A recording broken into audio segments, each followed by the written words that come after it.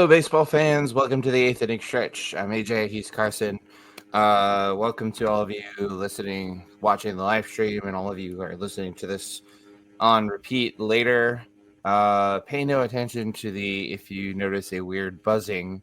Carson and I have been playing detective, trying to figure out what the heck it is. We're not really sure, so just I don't know. Pretend it's your alarm clock. Yeah, anyways, lots to get to. Carson, we should also mention happy Euro final day to everyone who celebrates. Yes, indeed, and especially, obviously, to those in England and Spain. Hate to break it to you, though, England, it's not coming home because it's England. Vamos España. Let's go. Wow. I knew you were going to do that, and yet I'm still disappointed. No, come on. Let's go England. Screw Spain. England's due. Yes. England is due. Having never won the Euros. Also, yes, I know my friends across the pond are going to be watching and celebrating in style.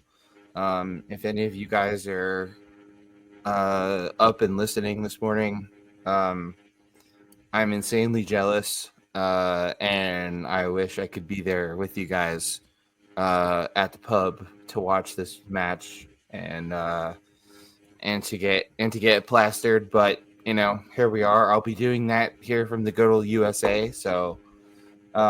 Yeah, anyways. Also the Copa America final, although I don't think anybody really cares about that now that the US is out.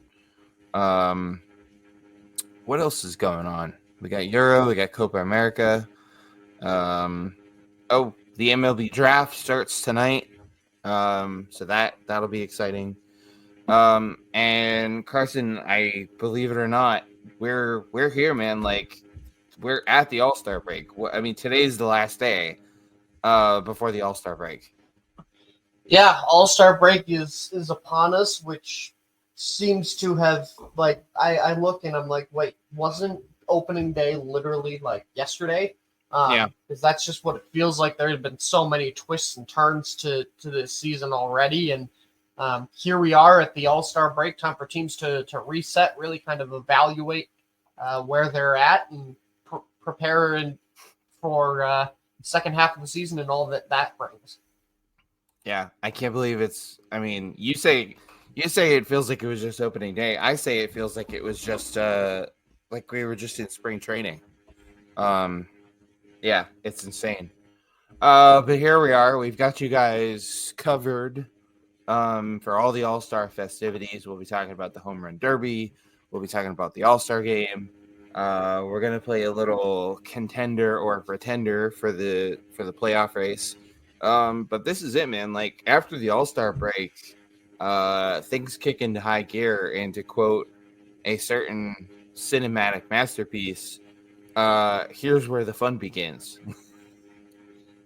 Yeah, absolutely. Things are going to get wild. Things are going to get interesting. So, and I mean, we talked about it on the last episode of how tight both leagues' wild card races currently are. So, buckle up, everybody, because this is going to get good.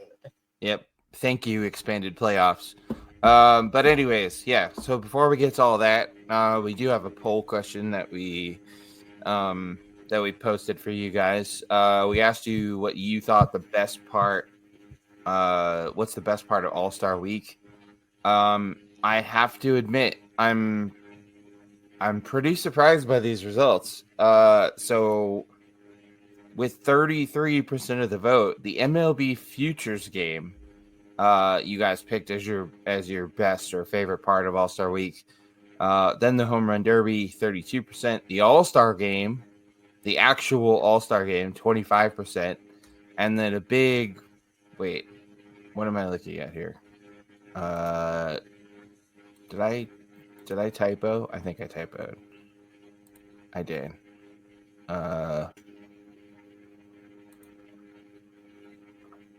I did.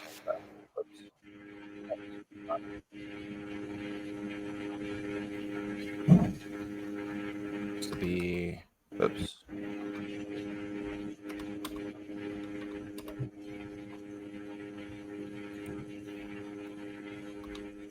Sorry about that, everybody. Yeah, All-Star Game 25%. The HBCU Swingman Classic, which happened the other night, 6%, and then no surprise, the Celebrity Softball Game dead last at 4%. But come on, you guys, where's your sense of fun? The Celebrity Softball Game is awesome. Yeah, it certainly is a very interesting part of the All-Star festivities, but nice to see the HBCU Swingman Classic getting some recognition, and also shout out to a friend of the show, Dave Sims, who called that the other night. So, Yep. Super cool. Shout out to him. Let's just talk about the fact that the All-Star Game is at 25% for a moment, because the actual All-Star Game, you guys. This poll right here, oh my God, we need to send to the MLB corporate offices, or yes, to the commissioner, or to somebody, because this right here is exactly why this is. Yep. This explains so much.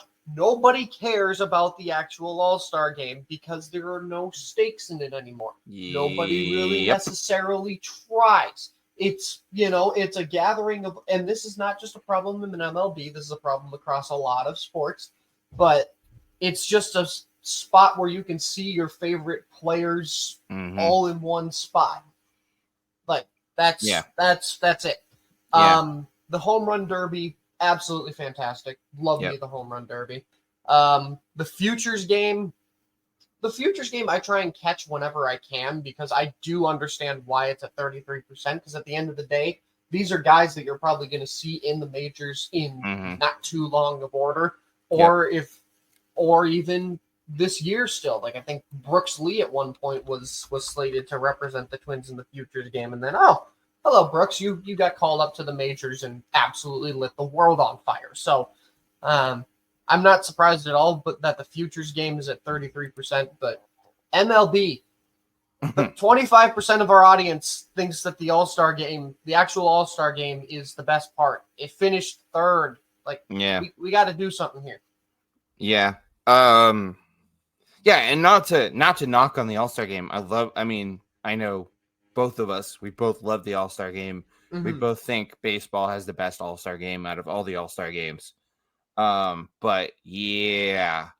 So let's and you guys never cease to amaze or impress us. I'm impressed that 33% of you voted for the futures game. Especially when you consider the importance of this game. Just real quick, these are some of the notable players who took the field in the futures game. Miguel Cabrera, Zach Greinke, Joe Mauer, Justin Verlander, Joey Votto, Clayton Kershaw, Mike Trout, Bryce Harper, Mookie Betts, Aaron Judge, Ronald Acuna Jr., Bobby Witt Jr., Ellie De La Cruz, and Jackson Chourio. That's quite a list. Yeah, that's a who's who of, a lot of these guys have been in the league for a long time. We're in the league for a long time. I mean, Jackson Chourio is just getting his career started, so it's it's an exciting game to watch, and it's cool to see, because then you can watch these guys and be like, oh yeah, that's right, he played in the futures game in such and such year. Yep, exactly.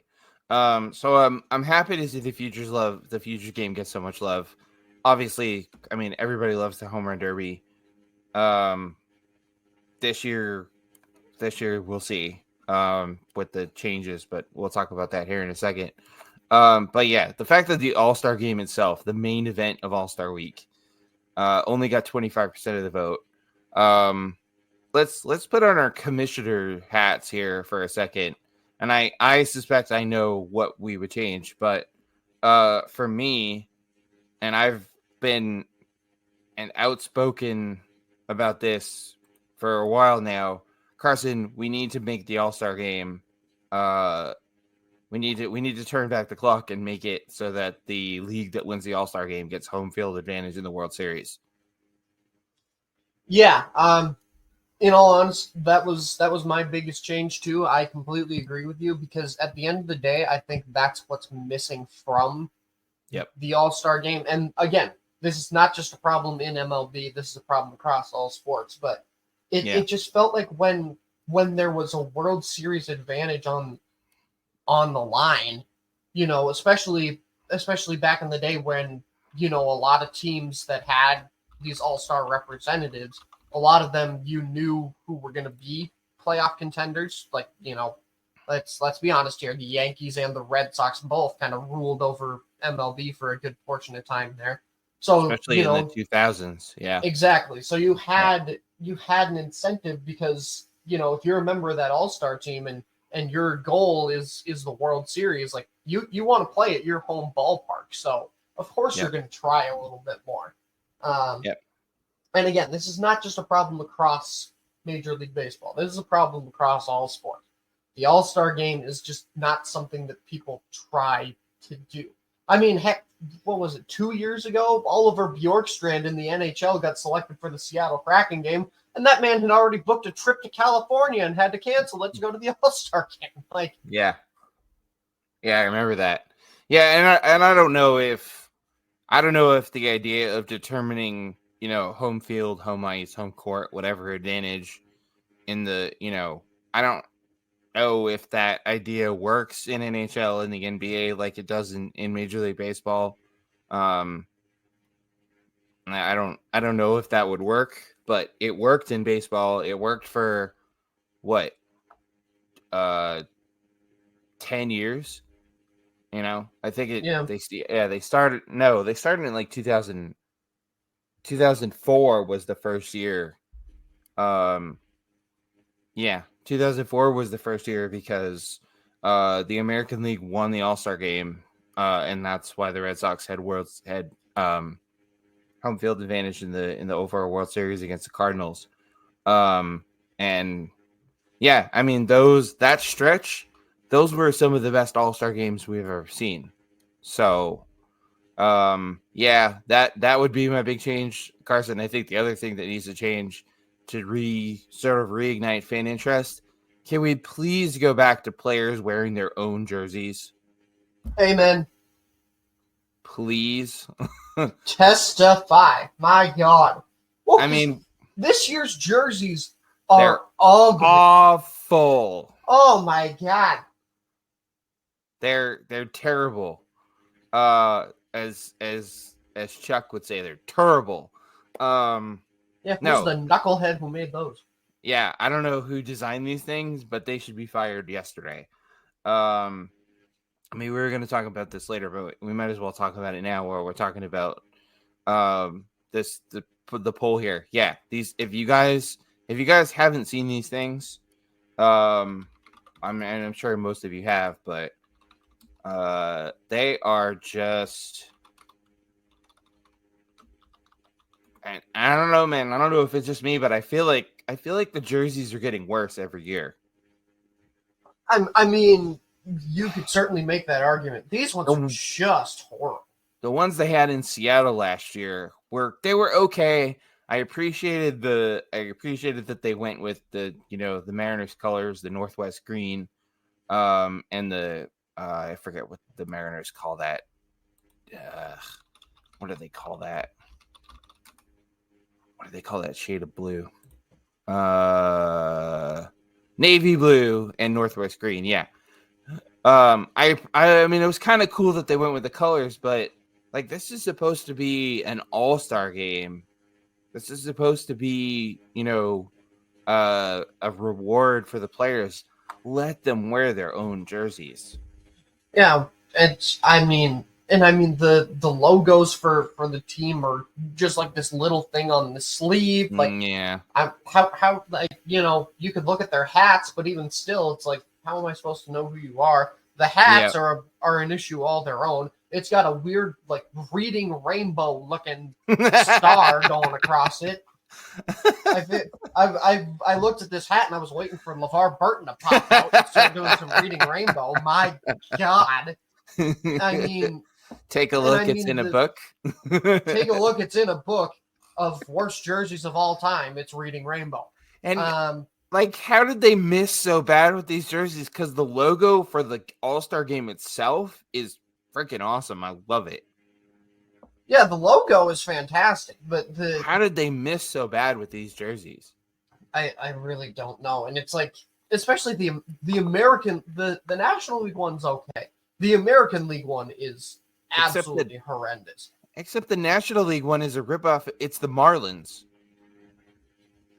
Like, maybe that's why. Colors. Maybe that's why I thought that they weren't so bad. Oh yeah, we're gonna have the All-Star game in Texas, but you're gonna look like you're coming out of Miami. Yeah, they're the Marlins colors, that like electric blue and the bright red and the black. It's the Marlins colors. Like, oh my God. Yeah, these are just so. What I'm actually doing right now for you guys is I'm gonna post. In case you haven't seen these, I'm gonna post these. Post a picture of these abominations on our Twitter at 8th Inning Pod. So, oh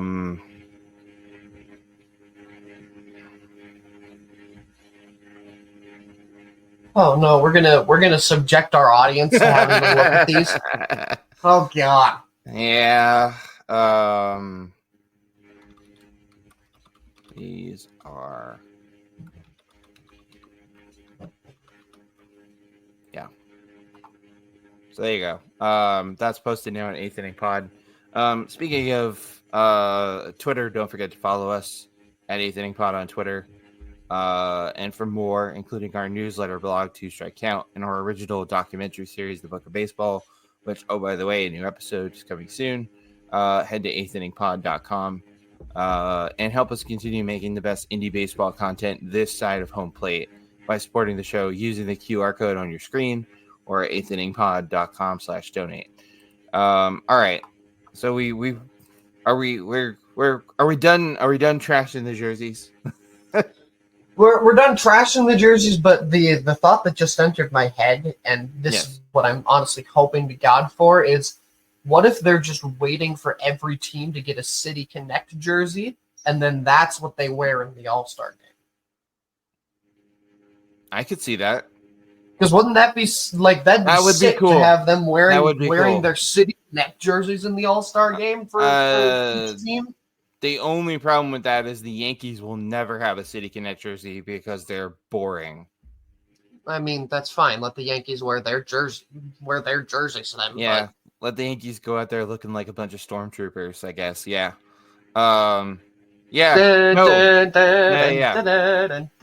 Although they're not, the Yankees aren't really the evil empire anymore. Those days are gone. But,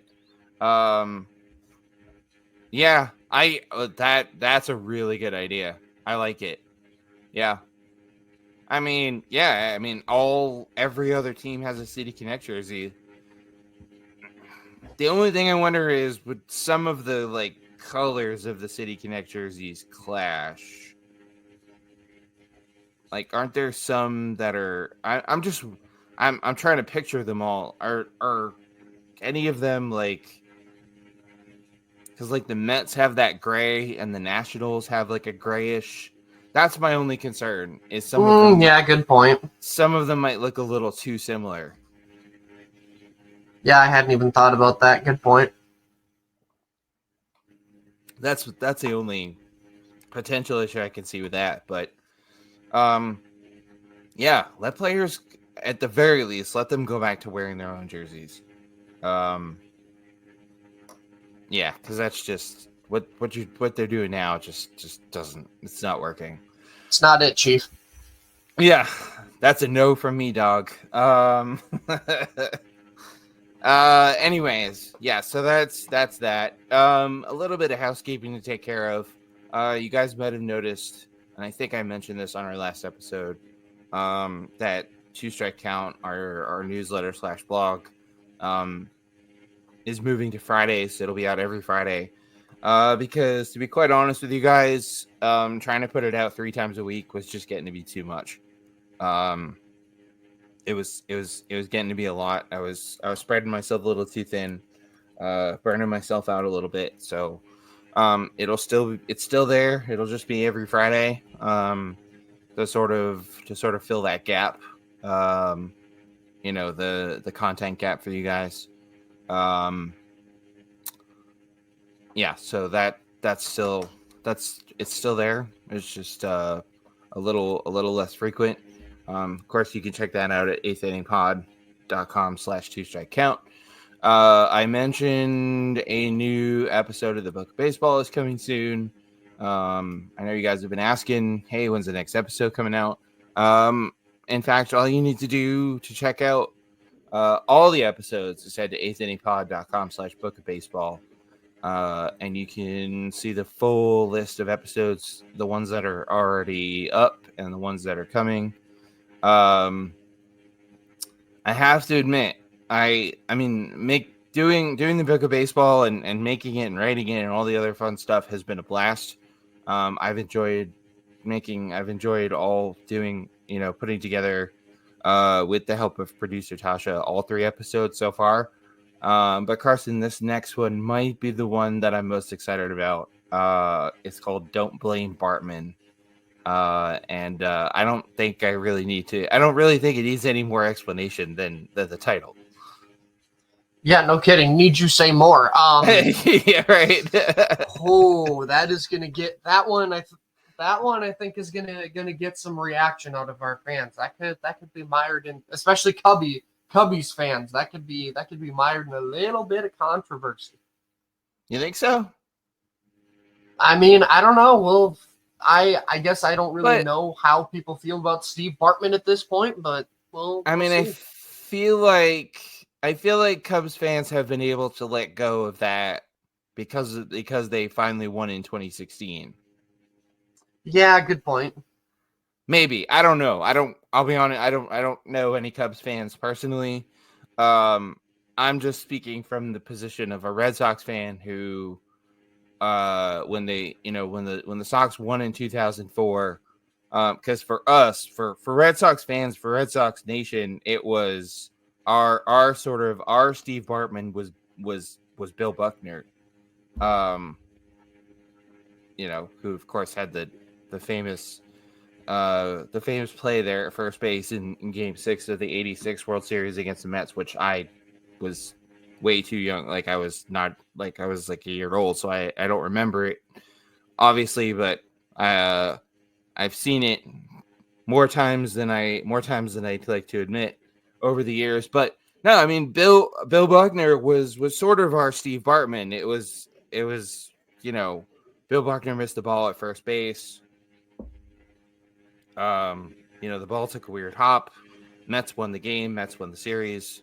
Yada yada yada. Fast forward to 2004, the Red Sox finally, win the World Series, and that was it. Like Bill Buckner was forgiven. So my point is I hope Cubbies fans have been able to forgive Steve Bartman,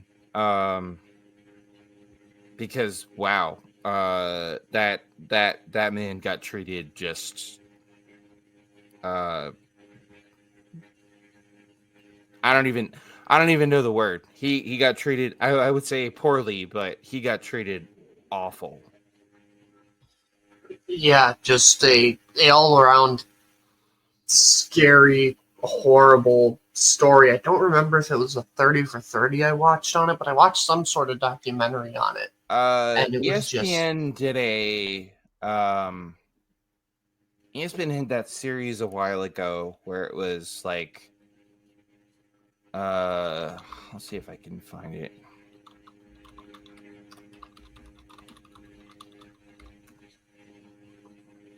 Yeah, it was called Top 5 Reasons You Can't Blame, and they did an episode on Steve Bartman. Yeah, I feel like they did do a 30 for 30. Let's see. Oh, they did. You're right. Steve Bartman, Catching Hell. That's what it was. Yep. Yep, you're right. Yeah. Yeah, it was really well done too. From what I remember of it, it I was mean, phenomenal. they've pretty much nailed every 30 for 30. Like, ah, man, the 30 for 30s are so good. Seriously, if you guys haven't watched, which I guess if you've been living under a rock, if you haven't watched any of the 30 for 30s, they're so good. So good. And they're all available on Disney Plus if you've got that. So, and the ESPN app. But they're so good. Not just the baseball ones. The baseball ones they did the one on the '89 World Series, you know, the earthquake. This one on Steve Bartman. Of course, Carson, my personal favorite, 4 Days in October. Yeah.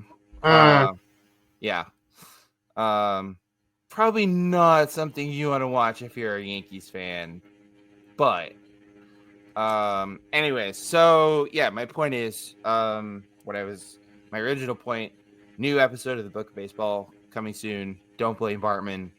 Doesn't need any other introduction.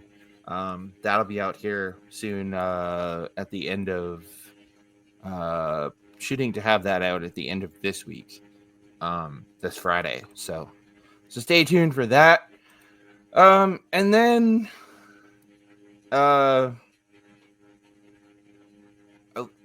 you guys, if you're watching, listening, whatever, however you're consuming this episode, you might notice we're doing things a little different. We're getting back to our roots a little bit. Because to be honest, I don't know how you feel about this, Carson. I feel like we got a little carried away, and I feel like we lost temporarily lost touch with our roots as a podcast, and leaned a little too hard into the YouTube live stream thing. Yeah, I think that's certainly fair to say. As we've kind of evolved, we've had a few different audiences that we've needed to try and shape and try and adjust the show to make it as enjoyable for everybody, not only as an audio experience, but now we've got to make sure it's a good visual experience as well, with the graphics and the banners and everything else. Yeah. I don't know. I'm not really sure what happened. I feel like we leaned a little too much into that.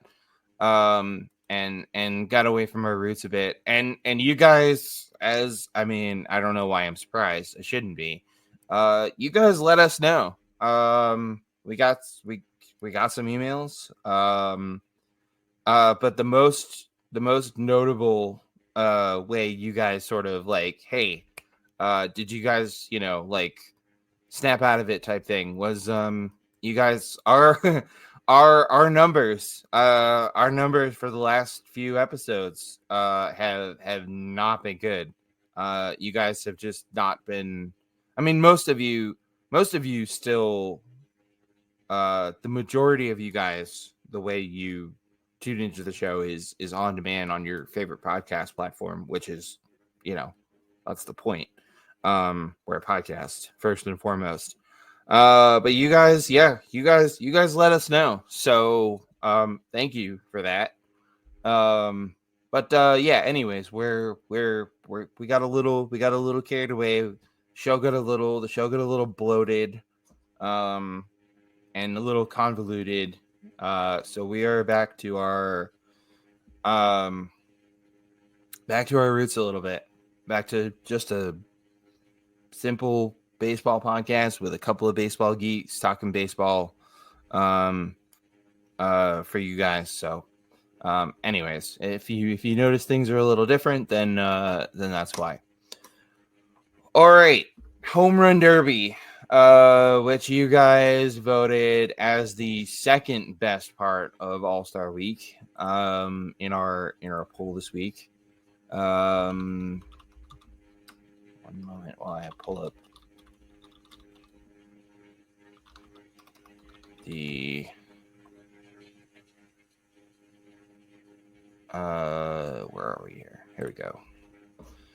So Carson, the home run derby is gonna look a little different this year. Well, one, some big name players opted out of this thing, which is notable. Yeah, which I mean, again, with the home run derby, I always kind of go back. I always think that, especially with the derby, kind of opting out is especially fair, because Sure.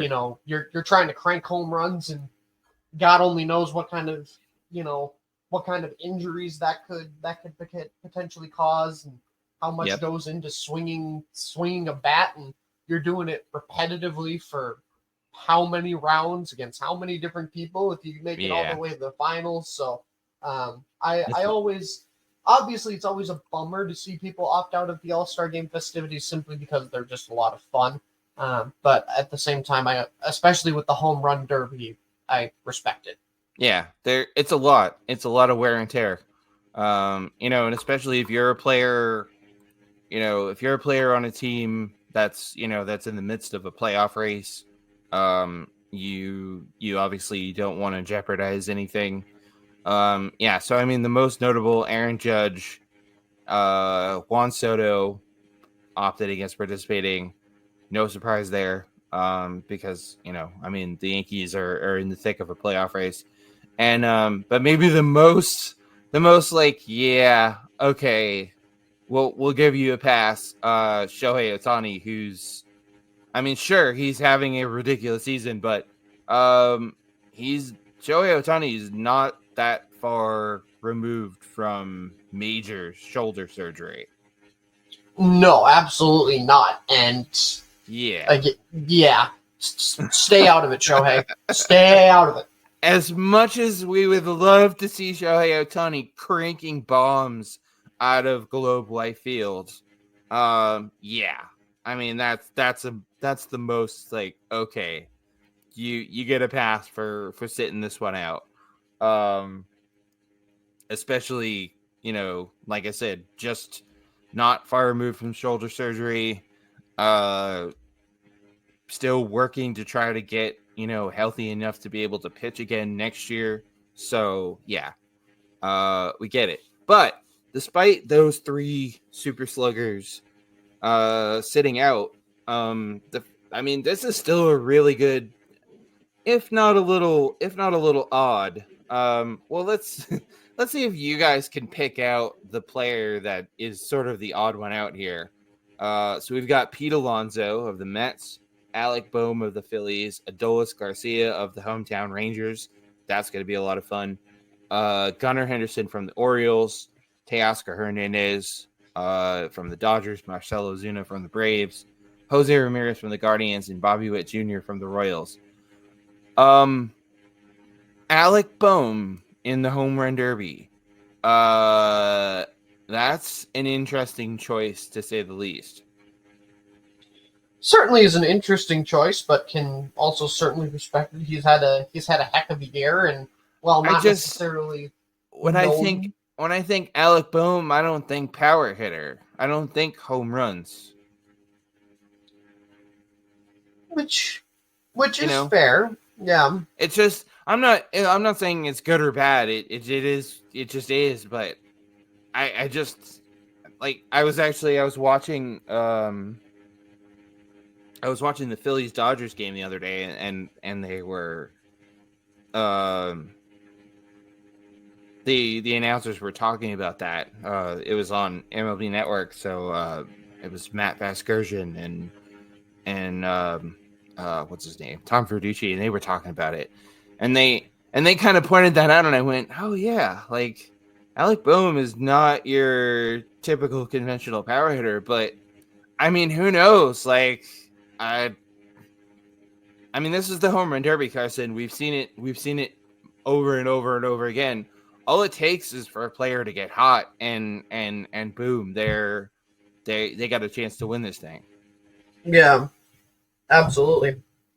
I mean, obviously, Adolis Garcia for the Hometown Rangers. That makes sense. It's cool to see one of the hometown players in it. But I mean, yeah, the rest of the field. Pete Alonso has won it before. Gunnar Henderson, Teoscar Hernandez, Ozuna, Ramirez, Bobby Witt Jr. This is, I mean, even without those notable absences that we talked about, this is still a heck of a field.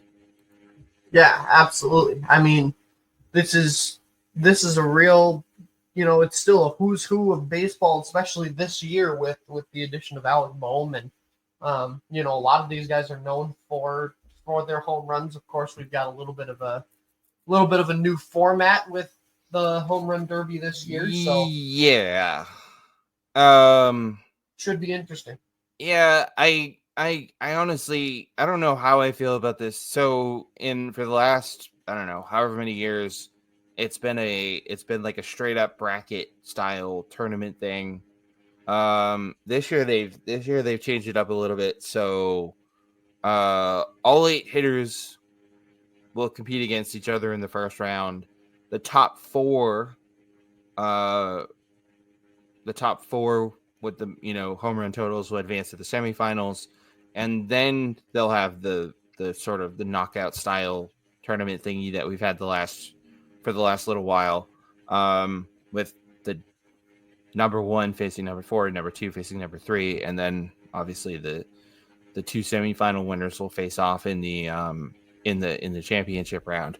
Let's see, what else have we got here? If there's a tie between 2 competitors in the first round advancing to the semifinals, or for seeding in the semifinals, the tie will be broken by the furthest home run hit in the opening round. So no more swing off in the first round. Here's where it gets a little weird, and I sort of get why they're doing this, but it's also, I don't know. For the first time, there will be a maximum number of pitches thrown to a competitor in each round. The first round and semifinals will end after 3 minutes or 40 pitches, whichever comes first. The players do get 1 timeout. The finals will consist of either 2 minutes or 27 pitchers, whichever comes first, with 1 timeout permitted. I get it. I think I see where they're going with this, but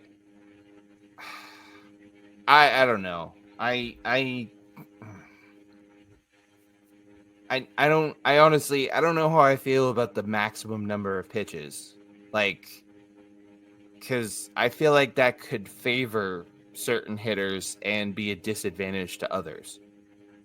Yeah, I know how I feel about it, and I don't like it at all. All right. I just got to be honest. I don't like it. Like, I get it, but it just feels why? Unnecessary to just me. Yeah, why? exactly. Yeah. Like, there's really no point in having a maximum there's no point in having a maximum number of pitches. And I mean, like, you got to think about, like, if they qualify for bonus time and things like that, what happens then? I mean, maybe I'm wrong. Maybe they do have some sort of rule in place where, like, it doesn't count in bonus time, but, like, what if it does go into bonus time and you have, like, 30 seconds of bonus time and it's like, oh, sorry, you've hit pitch 40, you can't hit anymore. Like, what? Yeah, why? So Why? Pick one or the other. Yeah. Pick either a maximum number of pitches or pick a time limit. Or can we go back to the 10 outs format? I'd be happy with that. I miss that. I know a lot of people didn't like it because 10 outs. I know a lot of people didn't like it because it could drag on a little bit, especially if a hitter. I mean, I remember, for those of you old enough to remember the home run derbies in, like, the late 90s, Ken Griffey Jr. just absolutely going off, or Mark McGwire just hitting bomb after bomb after bomb over the Green Monster at Fenway Park. Like, I know why people didn't like the 10 outs thing, because there was no time limit, and it could drag on a bit. But what was wrong with the time limit? Like, why have this stupid maximum pitches thing? Because why? I don't. Yeah, I don't know. I don't get it. Because, okay, I mean, if a hitter gets to, like I'm trying to wrap my head around this. You don't need a time limit and a maximum number of pitches. You don't need both. No. Why not just, if you want to go with the maximum number of pitches thing, then go with every hitter gets 40 pitches in the first round, and every pitch is a hit or an out. Like, but I don't know what was wrong with the time limit. Like, apparently MLB doesn't subscribe to the old adage of if it ain't broke, don't fix it. Weird. Yeah, and then you mentioned the bonus time. So at the conclusion of all rounds, competitors will be granted 3 bonus outs. As opposed to, so in years past, they would get 30 seconds. And also, like, it used to be that they would only get the bonus time if they hit, 2 home runs of like 425 feet or something, right? I think so, yeah. Now everybody gets 3 bonus outs. Like, but why? Like, I don't know. It's just weird. I don't like it. It's unnecessary. And I'll be honest with, I don't really know what they're going for here. Yeah, nor do I. I have no idea. I mean, this thing that I'm looking at says aimed at making it a more satisfying and entertaining viewing experience. None of this stuff does that. I don't know. I don't get it. Let's see. And then in the semifinals and finals, any tiebreakers would be determined with the 60-second swing off. And then if it's still tied after 60 seconds, any ties beyond that would be settled with 3 swing off. So like 3 swings, every swing's a home run or out, and whoever does best out of 3. At least they didn't mess with that. Yeah. So weird format changes aside, we've been talking about the field, and I mean, this is a pretty stacked field. If you're into, oh, that's cool. They've got the recent. So last year's champ Vlad Guerrero Jr. not participating. Juan Soto not participating. Pete Alonso won this thing. Pete Alonso Carson won this thing in 2021 and in 2019. Obviously, there was no home run derby in 2020. And unsurprisingly, Pete Alonso is the odds-on favorite to win it again. I don't necessarily disagree, but I think I gotta go with Adolis Garcia. I mean, he's playing in front of his home fans in Texas. I know it's the All-Star game and there's fans from all over, but those Texas fans are gonna be loud and proud. And I think that gives him, not that he needs a boost, but I think that gives him even more of an added boost. Yeah, absolutely. I mean, he's been impressive all season, has been impressive in this competition, been impressive in this competition last year as well. Pete Alonso's in this thing for the 5th year in a row, which is insane. Wow, that is crazy. I am going to go maybe with an off-the-board pick here, but I think Bobby Witt takes this thing home.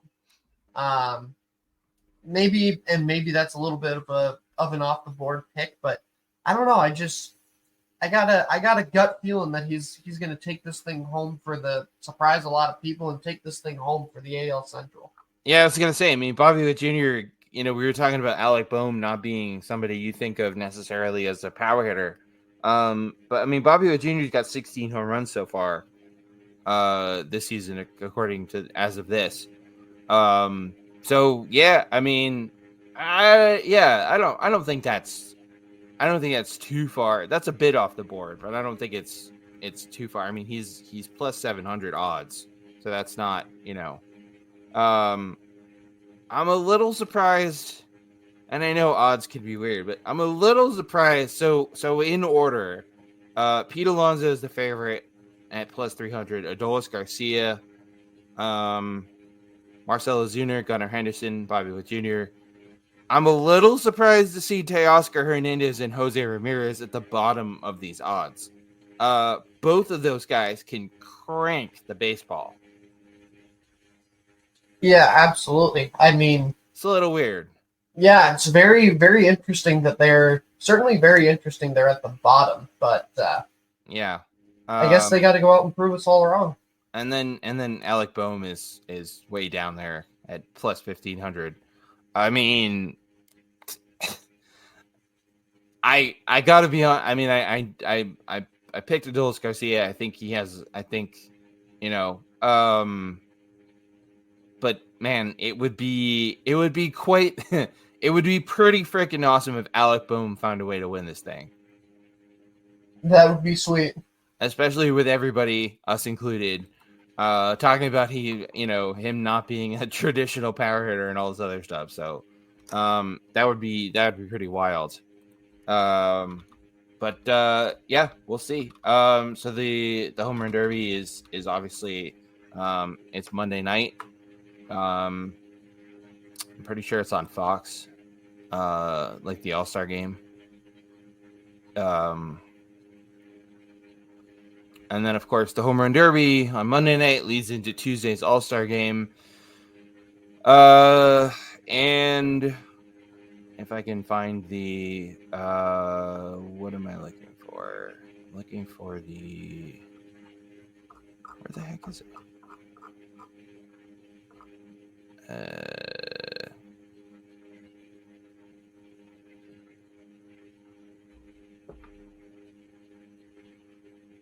Where?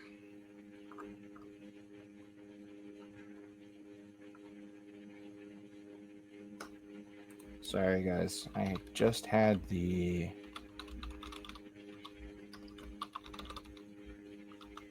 rosters here.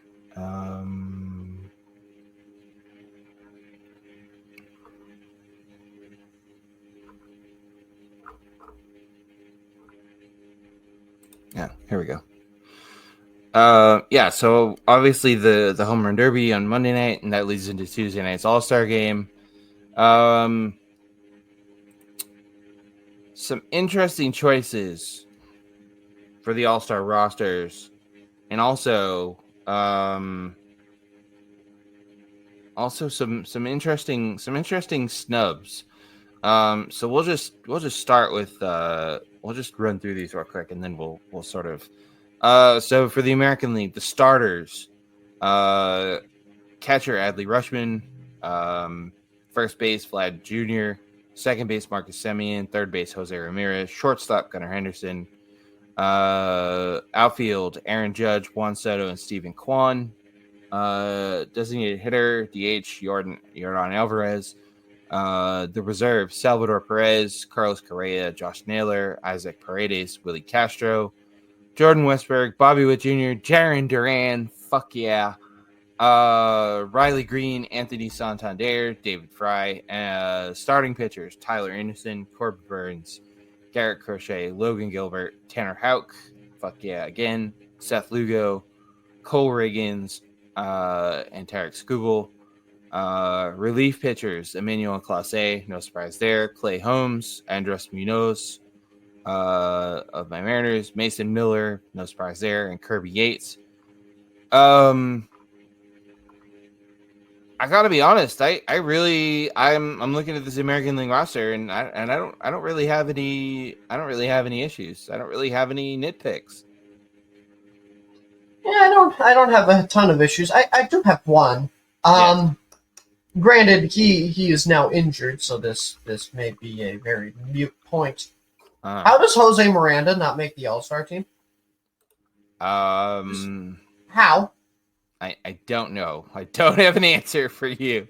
That man tied an MLB record for 12 straight at-bats with a home run, has been one of the Twins' best players this entire season, won MLB Player of the Week a week ago for hitting like 770 during this streak or something like that. if we're talking about people who could be all-star replacements, I would have thought he would have been at the top of that list. Not to say that I'm not happy for Willie Castro, who also deserves this more than anybody, being named to the replacement for Jose Altuve, who has been absolutely on fire this season for us as well. But that's my one major gripe. But other than that, this is a solid roster. Yeah, it really is. I guess I do have one. I guess I do have one nitpick. Where is Colton Cowser? I mean, if we're looking at the starters, Aaron Judge and Juan Soto, I mean, they're pretty much no brainers. As much as it pains me to say that, Stephen Kwan's having a great year for the Guardians. But the reserves, Jarren Duran, who, I mean, talk about deserving, talking about having an unbelievable year for my Red Sox. Anthony Santander and Riley Green to the Tigers. I mean, are we really taking Anthony Santander over Colton Cowser? That's not a slight against Anthony Santander, but Colton Cowser is having a ridiculous year. Yeah, he is, but at the same time, this is something unlike anything we've ever really seen. Baltimore. Yeah. Unless maybe I'm miscounting AJ, Baltimore leads the American League this year in representatives. Let's see. We've got Burns, Santander, Westberg, and Henderson. Oh, and Adley Rutschman. 1, 2, 3, 4. That's 5 for the Orioles. Let's see. Yankees have 1, 2, 3. The Yankees only have 3. Which, by the way, how did Clay Holmes get here? Yeah. I feel like Clay Holmes is like, you ever seen that meme where it's like the three like army dudes and then the dude in the clown costume? Oh yeah. Clay Holmes is the dude in the clown costume with this reliever core. And your boy Luis Heel not on this team either. Yeah, what the heck's up with that? By the way, I mean to be fair, he had a pretty bad second half of the first half of the season. So he did, yeah. I guess I kind of get it, but yeah. Nice to see. Shout out to Tyler Anderson for being the LA Angels representative. There's not much else going on over there. No. Yeah, I think you're right. I think the Orioles have the most. Let's see. Yeah, because Kansas. Wait. The Royals have 1, 2, 3, 4. Okay, yeah, the Orioles do have the most. And then the Royals are next with 4. So, yeah, they are changing. Yeah, they are. Maybe not get rid of Santander, but I am not. I know it's not time to play buy or sell yet, but I am not buying Riley Green over Colton Cowser. I'm sorry. I mean, I know the Tigers, he's one of 2 Tigers representatives, but I'm not buying it. Also a notable name missing from this list.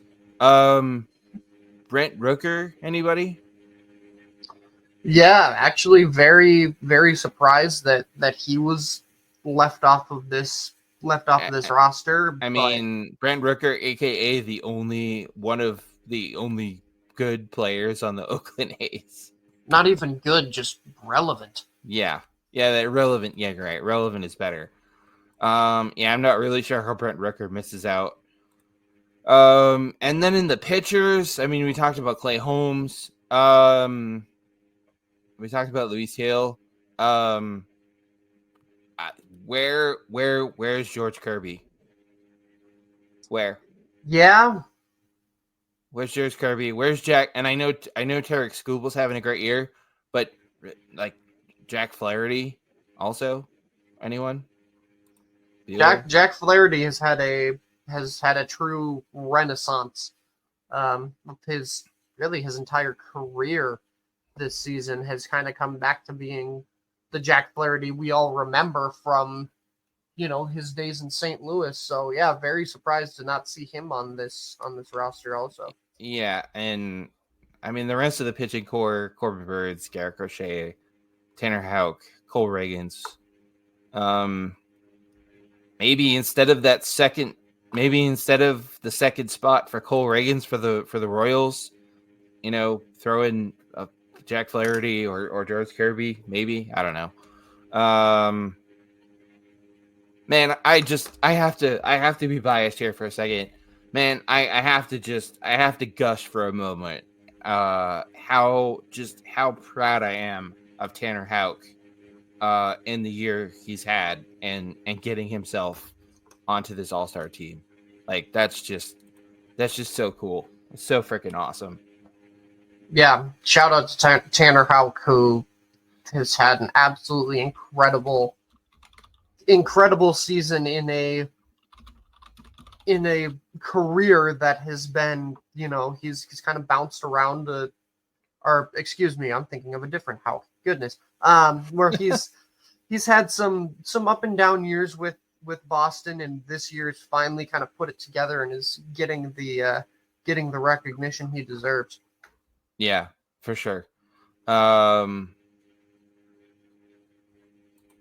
just looking to see, have we confirmed starting pitchers yet? I don't know. I know Paul Skeens, spoiler alert. I know Paul Skeens is starting for the National League, which, oh boy, do I have thoughts about that. Yeah, that's a choice. Yeah. Let's see. MLB All-Star starting pitchers. All-Star game starting pitchers.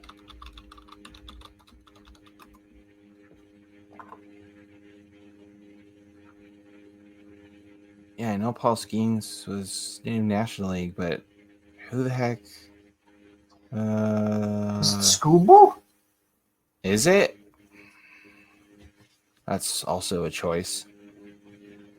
I think you might be right. Let's see here.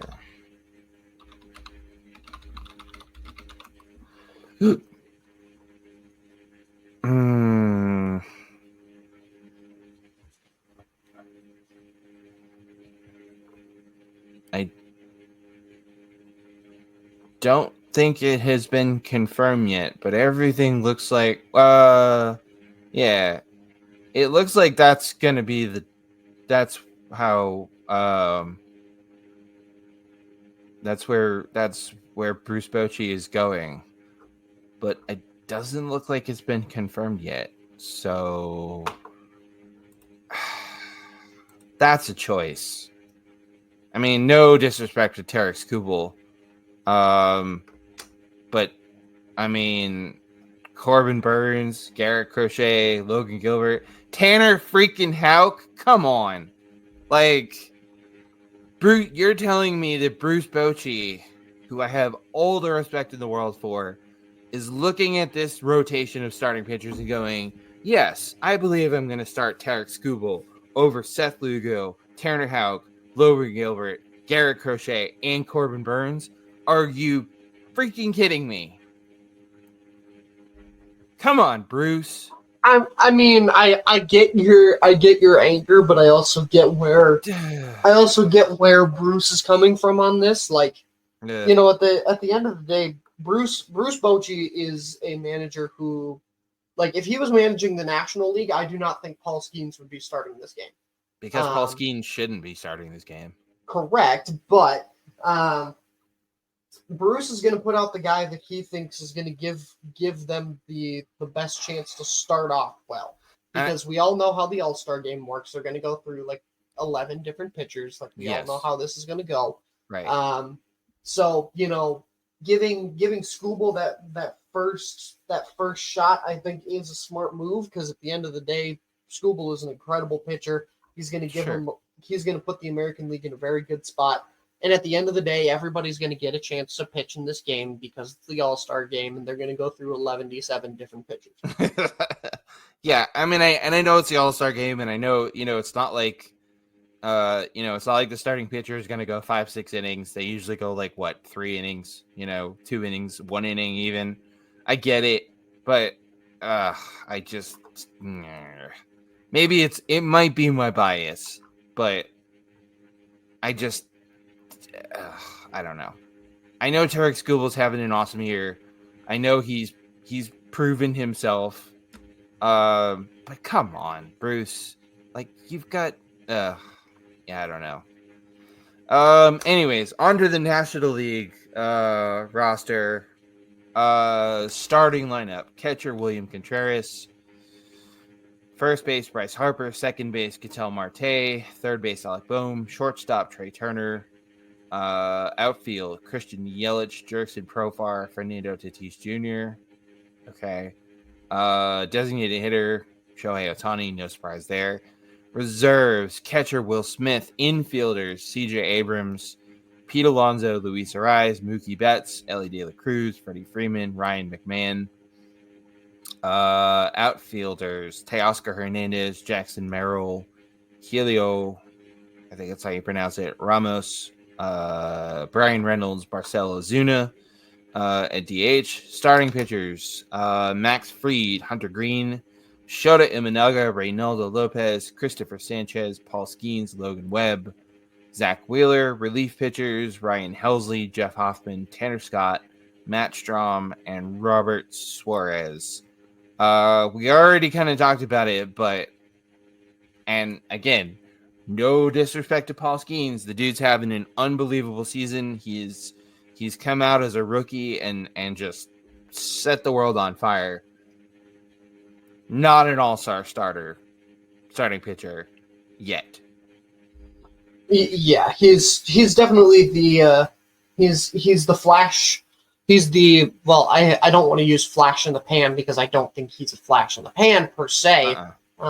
He's going to have a long and successful MLB career if he can keep on the track that he's started at, because my God, has he been impressive. Yes. But, however, he's also a rookie. He is also, let's be honest, the Pirates are the Pirates again. Yes. And, I get they want him to be the starting pitcher because he's the big name right now and blah, blah, blah. But I don't know. There are so many guys that I feel like could have had that spot also. I don't necessarily disagree with him being on the roster. I disagree with him being named the starting pitcher over a Shota Imanaga or a Zach Wheeler, for instance. Yeah. There is, I think, my biggest problem with it. I don't necessarily disagree that he should be on the roster. Yeah, but not starting. He shouldn't be starting. No. I think I've got to go Zach Wheeler or Shota Imanaga over Paul Skeens.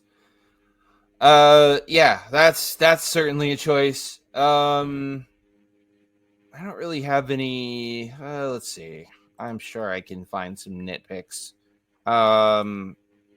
Catcher,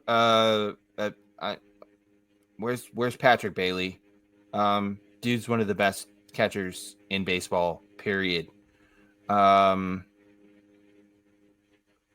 mean, I know William Contreras is having the season he's having, and Will Smith. I don't necessarily know that I take Will Smith over Patrick Bailey. But okay. First base, I mean, Bryce Harper, okay, cool. I mean, that's kind of a no-brainer. Infielders, Freddie Freeman, okay, Ryan McMahon, I mean, I get it. Every team's got to have a representative. No Christian Walker on this team, Carson. Yeah, that was certainly interesting. Dude's got the third most home runs in the National League, and he doesn't warrant an all-star selection? Come on! Yeah, that's certainly a choice. But I mean, that first base field is stacked. I mean, especially Bryce Harper gets moved over the first base, and you put Pete Alonso there, Freddie Freeman's in there, obviously, but like then you're kind of looking. It's hard to with those three guys. You gotta try and make space for Christian Walker, but yeah, very very surprised to say the least. But the Philadelphia Phillies, they have with Christopher Sanchez being named to the roster, they have eight All-Stars on this roster, which is incredible. It is, but also not surprising considering the season the Phillies are having. I mean, they're the best team in the National League and arguably the best team in baseball. So, I mean, they're getting rewarded for that, and I'm here for it. Except maybe Trey Turner. I mean, I'm a big Trey Turner fan, but Trey Turner missed a lot of time in the first half with an injury, which is obviously not his fault, but missed all that time and still somehow got voted in as the All-Star starter, meaning there was no room for Francisco Lindor. Yeah, by the way, hello, where is Francisco Lindor on this team? Also, kind of one that's sneaky as I'm kind of looking at this list, and I love me some Luis Arraez, but how does he make it over Bryce Terang? Mm-hmm. Yep. How? I'm glad you brought up Bryce Terang. I was just thinking about him. Yeah. Like I like if you guys have listened to this show for a long time, you know how much I love me some Luis Arraez. You know how much of a stranglehold that man has over my baseball loving heart. But yes, how? Yeah. Also, can we talk about Helio Ramos over Brandon Nimmo? Really? That I don't necessarily have as much of an issue with. Fair enough. If you guys remember when we were picking our All-Star starters, I had picked Helio Ramos as one of my All-Star starters, and I think he's having a fantastic season. I mean, this is really his first big league season. He played 25 games last year, hitting over 300 for hitting 303 batting average, a 903 OPS, 532 slugging. Like, he is mashing the ball right now. He is. That's fair. I don't know. I looked at this and I went, I mean, first of all, I'm furious that Patrick Bailey is not on this, that didn't make this team. I know. I hear all you Dodgers fans, oh, Will Smith. Yeah, whatever. I'll take Patrick Bailey behind the plate any day over Will Smith. Yeah, I said it. I was already miffed about no Patrick Bailey, and then I went through these outfielders and I went, really? Ramos over Nimmo? Like, okay. I don't know. Just weird. Just an interesting. But that, ladies and gentlemen, those are your All-Star teams for Tuesday night's All-Star game down there deep in the heart of Texas. I mean, we had some nitpicks, but all in all, some solid looking All-Star teams. Yeah, all in all, there are some very there's some. I think this year is one of those years where, like, you could make a case for any one of these guys to have made this team. Like, these are both solid teams. Like, we were struggling to find nitpicks with both of these rosters. So yeah, that's true. That says a lot about how well constructed both of these teams were. Yeah, because I mean, I feel like in years past, you've been able to look at the All-Star teams and just pick them apart. But yeah, we really can't. I mean, some minor to moderate nitpicks. My only really big nitpick is Patrick Bailey not making the National League All-Star team. But okay. Yeah, I mean, these are two. I mean, these are great examples of all-star teams. It should be a heck of a game. I know the All-Star game is, it's the All-Star game. It's a different, it's a unique situation. But if we were to look at both of these teams, which one of these teams is winning the bragging rights this year? I mean, if we're looking strictly at the teams, strictly on paper, yes. Strictly on paper, I think I got to give it to the National League. I think their bench is just a little bit stronger than the American leagues. I mean, I guess it doesn't hurt having Pete Alonso, Mookie Betts, Ellie De La Cruz, Freddie Freeman, Teoscar Hernandez. Like, that's an absolutely stacked bench. Like, are you kidding me? Yeah.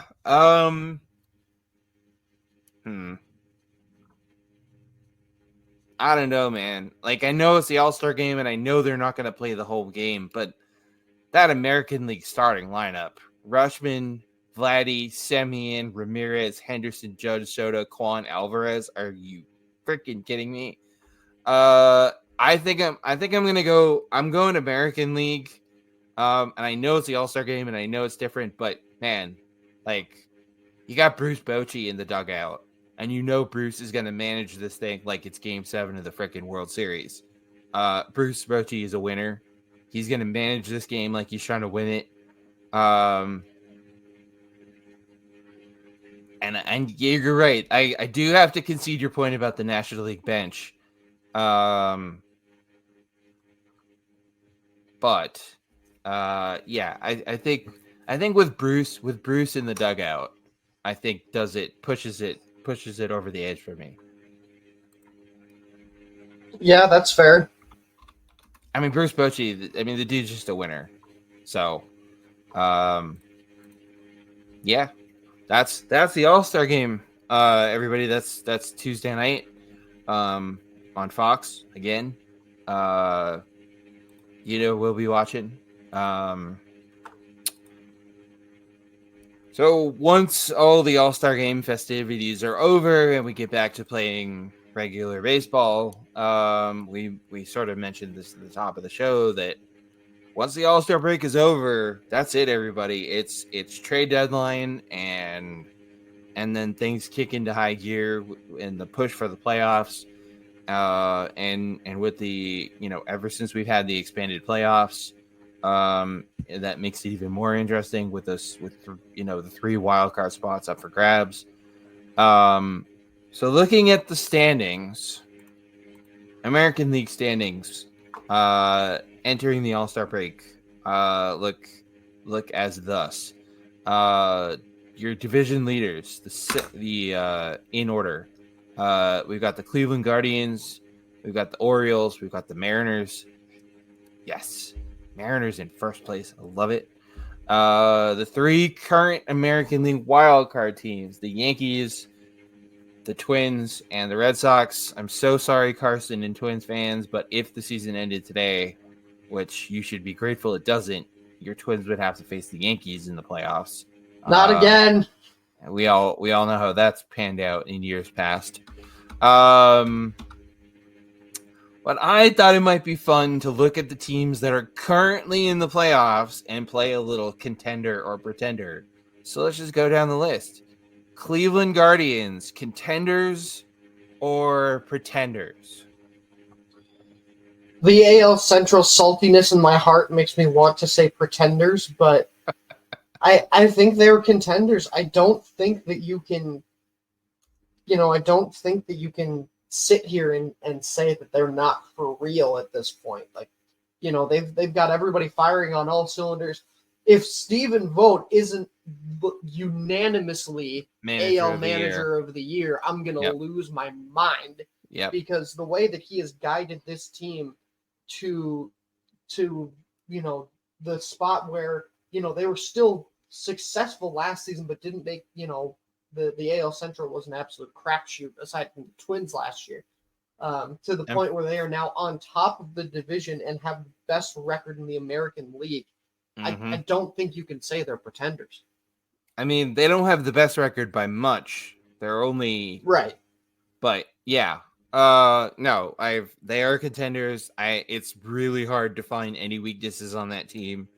I mean, that lineup alone, and one of the best relief pitchers in all of baseball, in Emmanuel Clase, who I think he's going to be a huge part of that team. He's going to be a big piece for them come October. Yeah, no, I've got to go contenders for the Guardians. Orioles, contenders or pretenders?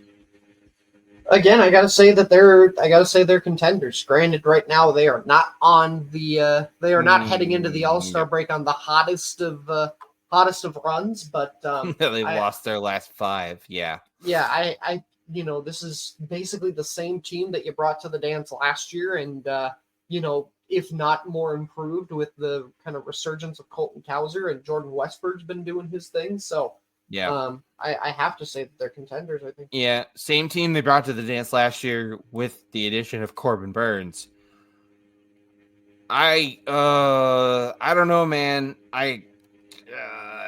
Unless they, and I know the deadline is still, like, they still have a chance to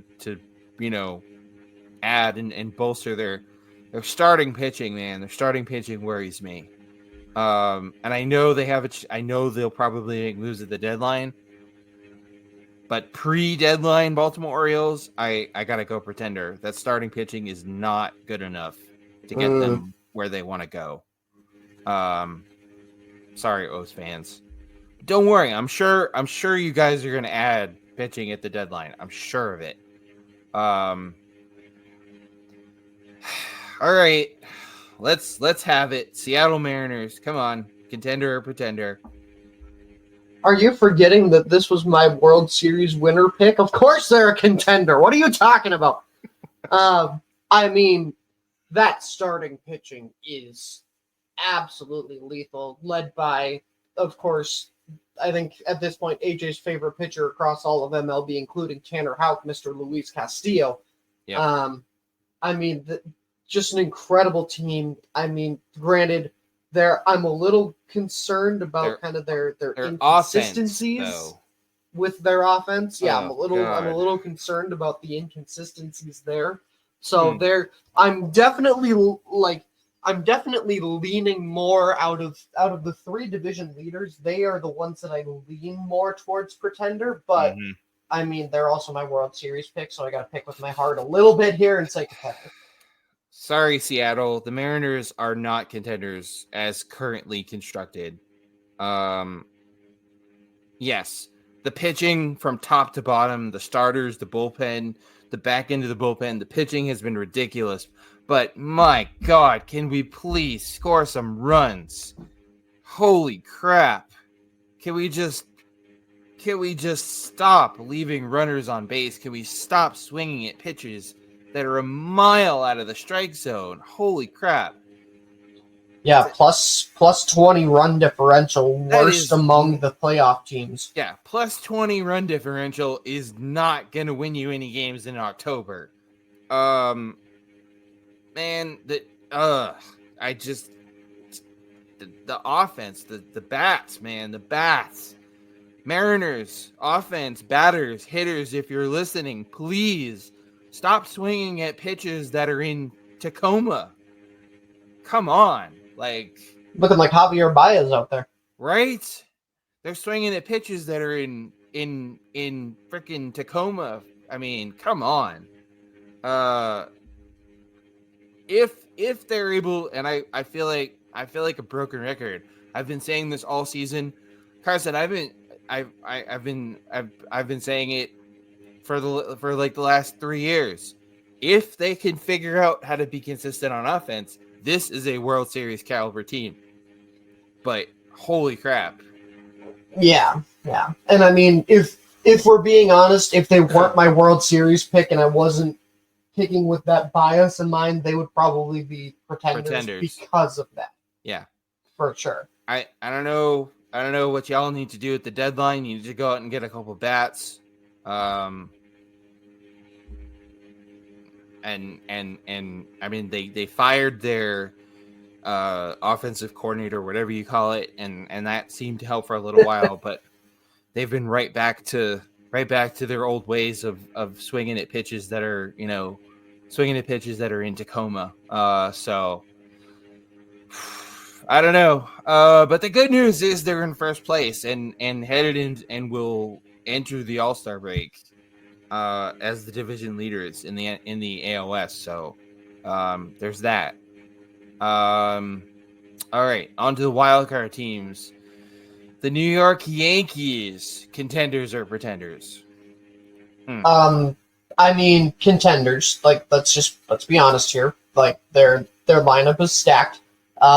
Little concerned about their relief pitching. I think that could be something that they could certainly aim to improve come the deadline. But I mean, like, come on, it's the Yankees. We all know that we're going to count them out, and then they're going to go on an absolute tear because it's the Yankees. So, well, you better hope they don't go on a tear, and if your Twins have to face them in the playoffs. No, it's fine. Go on a tear. Win the AL East. I'd rather face the Orioles than them. Go on a tear, please. Wow. Go win the division. Challenge issued to the Orioles. Damn. Okay. Yeah, please go win the division. But yeah, relief pitching certainly not their strongest. Pitching in general, yep. is pitching okay. Their pitching is mediocre at best right now. But I mean, it's the Yankees. We all know they're going to go out and get somebody insane at the trade deadline because it's the Yankees. So, but yeah, I'll say contenders. Well, call me biased. To the shock of absolutely no one, no, the Yankees are pretenders. Their pitching is mediocre at best. They're dealing with injury issues. Okay, cool. They've won their last 2 games, but they've lost 6 out of their last 10. I don't know. I don't know. I don't know if I see them getting the job done in October, but we'll see. Again, this is all pre-deadline. All of this is gonna change once the deadline has passed. But I mean, do we even have to ask you about your Twins? Like, come on. Okay, Minnesota Twins, contenders or pretenders? Twins fan. See, here's the problem, though. Bias aside, I'm a little scared about this team. Wow. So this really is kind of a debate in my mind because sure, we've got some guys who are hitting the crap out of the ball right now. I mean, Jose Miranda, who I mentioned as being an all-star snub, has been on an insane streak.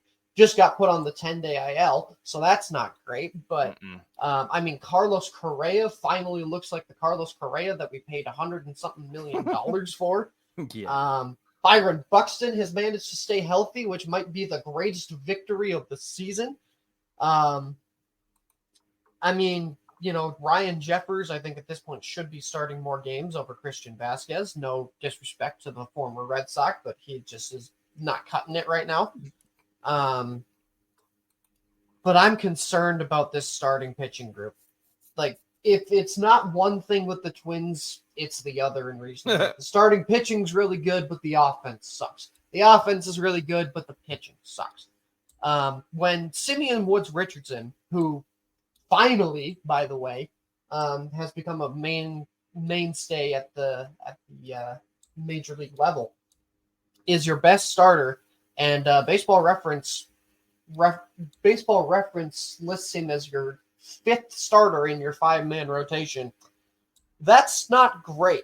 Pablo Lopez has had an absolute fall from grace this year. His ERA right now is above 5.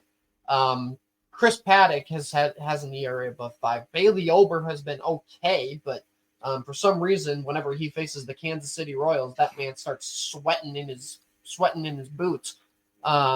Joe Ryan's been solid, but I don't know. Just this pitching staff scares me a lot.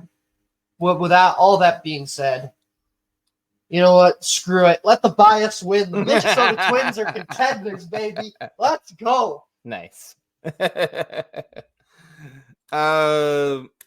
Yeah, I actually don't remember. I don't know if anyone or you, Carson, remembers me saying this, but when we were talking way back at the beginning of the season, I think even during spring training, we were talking about, our I tabbed the Twins as one of the teams that I thought had a legit shot at winning the American League.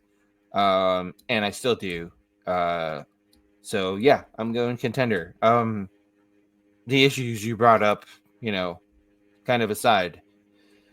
Which, ladies and gentlemen, brings us to my Boston Red Sox. Red Sox, contenders or pretenders, Red Sox fan? I honestly, man, this is so tough because they've been playing so good lately. I mean, ever since their series against the Yankees, the Red Sox have gone on a tear. The Yankees have the wheels have come off for the Yankees. I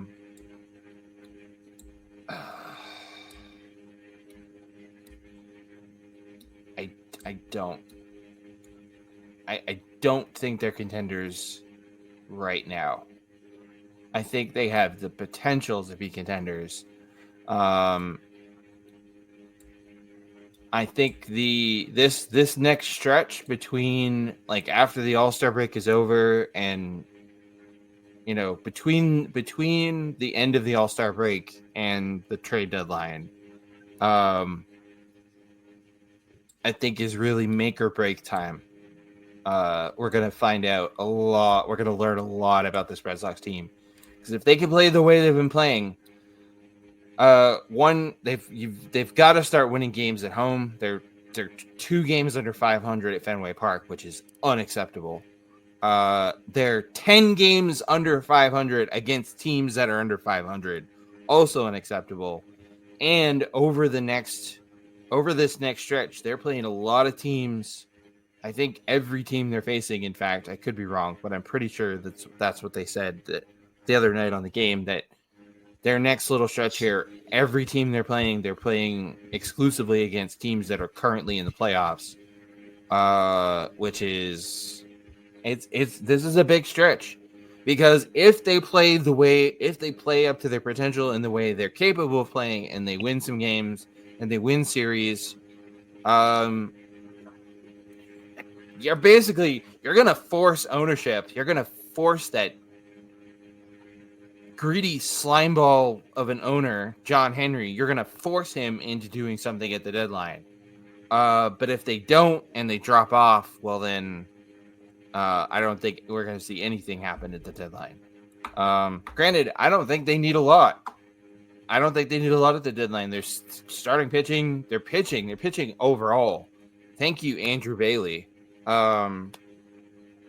They need to put a statue of Andrew Bailey up outside of Fenway Park, because, wow, has he turned around that pitching staff. I mean, Carson, I've seen people talking about Tanner Houck in the Cy Young conversation, which is insane.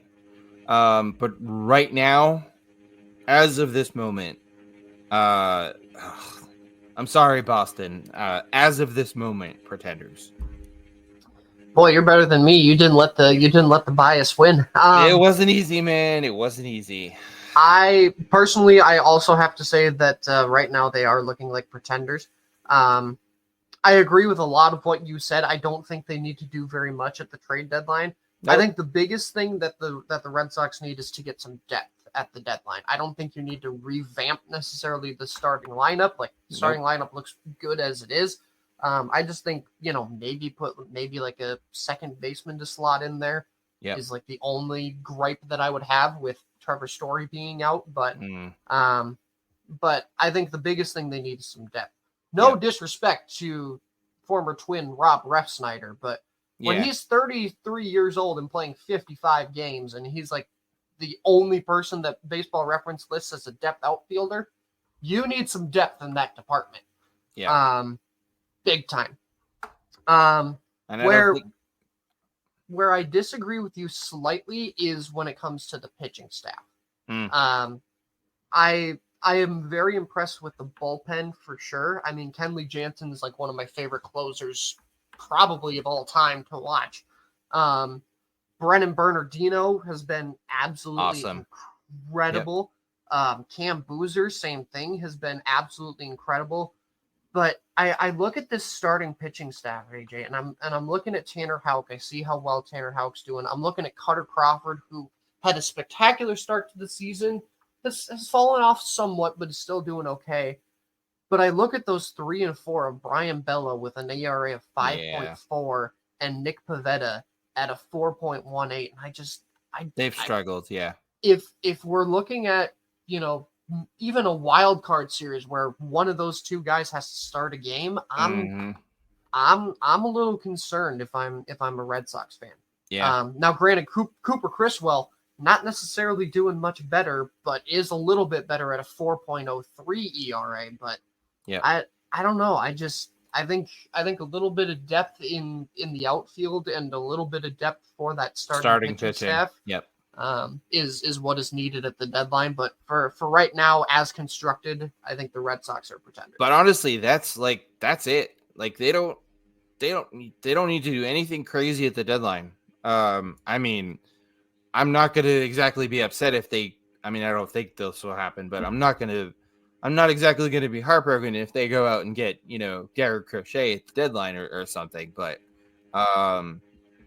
yeah, they don't need to do anything crazy. Which is, I mean, I think that's kind of where you want your team to be at the deadline is, okay, we don't need to make a huge, we just need to, kind of shore things up. Yeah. All right. National League standings. Division leaders: the Phillies, Dodgers, Brewers. Wildcard teams: Braves, Cardinals, Mets. Do we even need to talk about the Philadelphia Phillies? Like contenders. Cool. Yeah, let's move on. Contenders. Duh. Hello. A plus 125 run differential. Wow. That's just freaking ridiculous. Yeah, Phillies that's a no-brainer. The Los Angeles Dodgers, contender or pretender? Yeah, let's talk about the Dodgers for a moment, shall we? Yes, let's. Pretenders. Sorry. Boy, that's quite a cough you got there. Yeah. I need to get that checked out.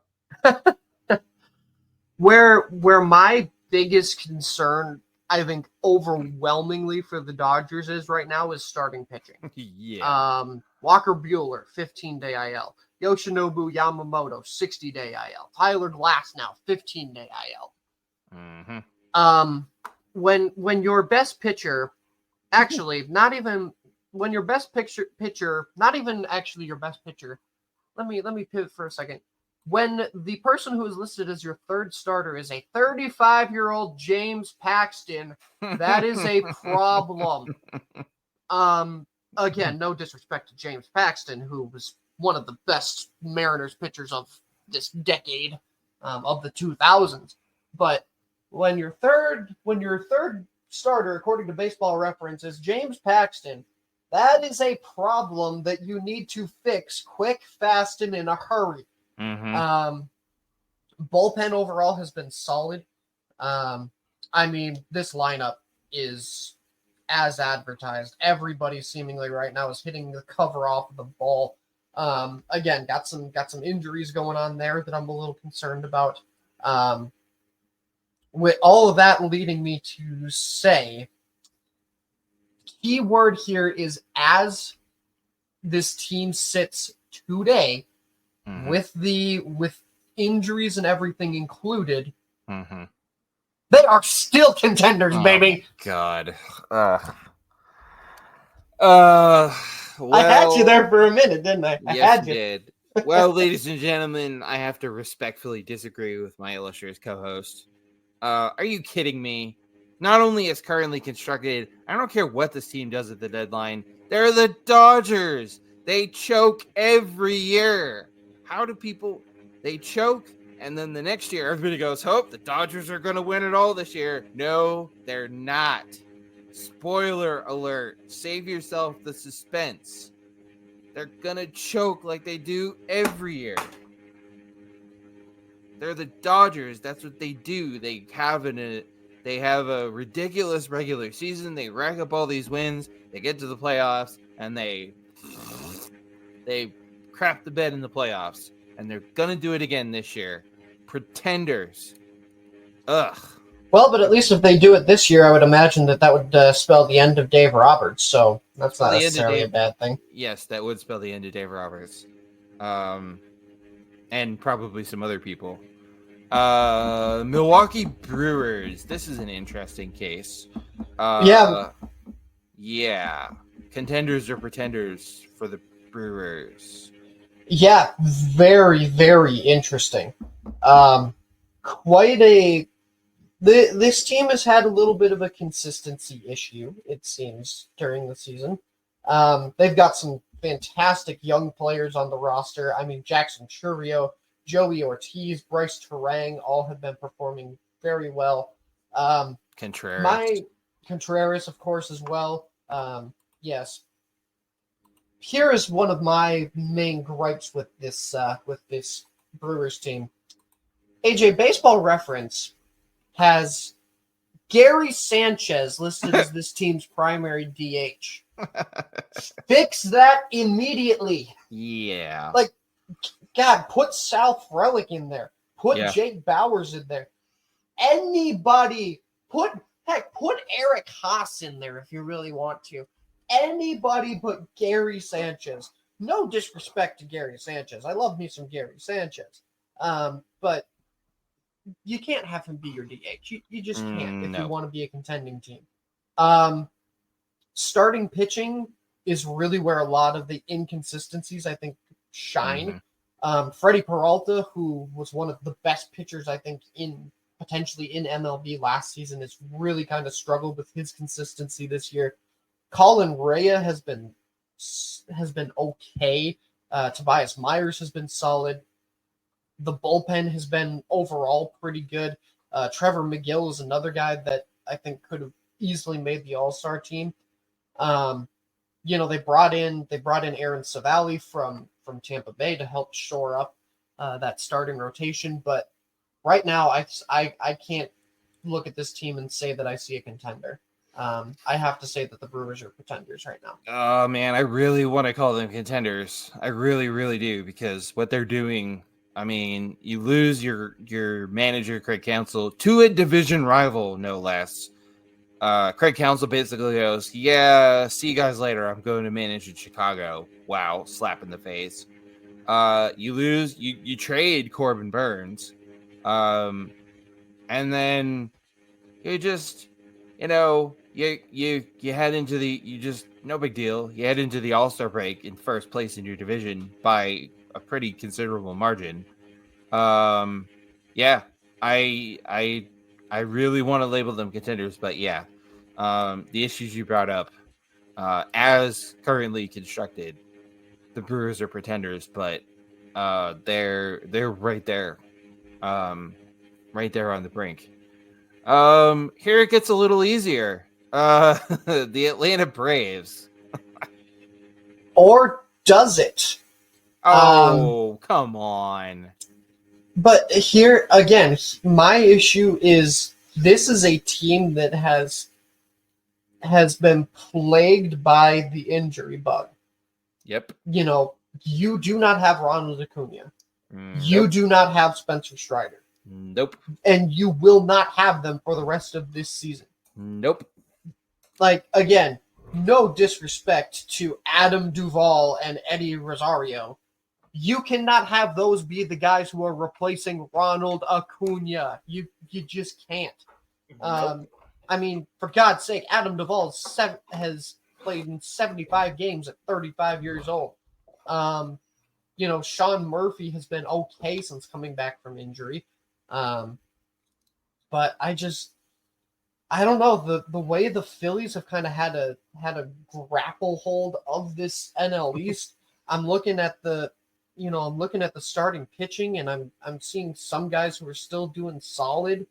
The bullpen's still doing all right, but I still say that they're contenders, but they're a lot closer to pretenders this year for me than they would have been last year. Yeah, I mean, this is as easy as this is as easy as 1, 2, 3 for me. 1, no Ronald Acuna Jr. 2, no Spencer Strider. 1 + 2 = 3, which is no championship for the Braves. No, pretenders. Too many injuries. No Spencer Strider and no Ronald Acuna Jr. for the rest of the season, including the playoffs. Nah. I don't even see the Braves getting out of the because I mean at this point it's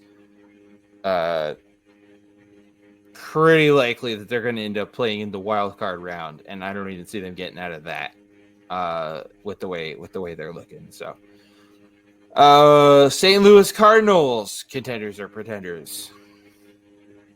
Yeah, this one for me is this one's pretty easy. The Cardinals for me are absolutely pretenders. Yeah. That is not just me trying to rub salt in the wound of the fact that I picked them to win the World Series last season and they absolutely let me down. Yeah. Taking a look at this lineup on paper, AJ, you would think that we would label them as contenders, but Nolan Gorman's kind of struggling a little bit this season. You look at the starting pitching. There's only one pitcher with an ERA below 4, and that's Sonny Gray. How you feeling about signing over there now, Sonny? By the way, the bullpen's been solid, but AJ, I look at one statistic this team and one statistic alone, a minus 33 run differential. That is not something you can keep up if you want to be a legitimate playoff team. That is by far and away the worst among all the playoff teams across the board. The only playoff team that is in the negative. As a matter of fact, the only 2 teams in the National League that have worse are the Colorado Rockies and the Miami Marlins. That's not good company. That's like earning a participation trophy at a baseball tournament. Like, woohoo, we have a higher run differential than the Marlins and the Rockies.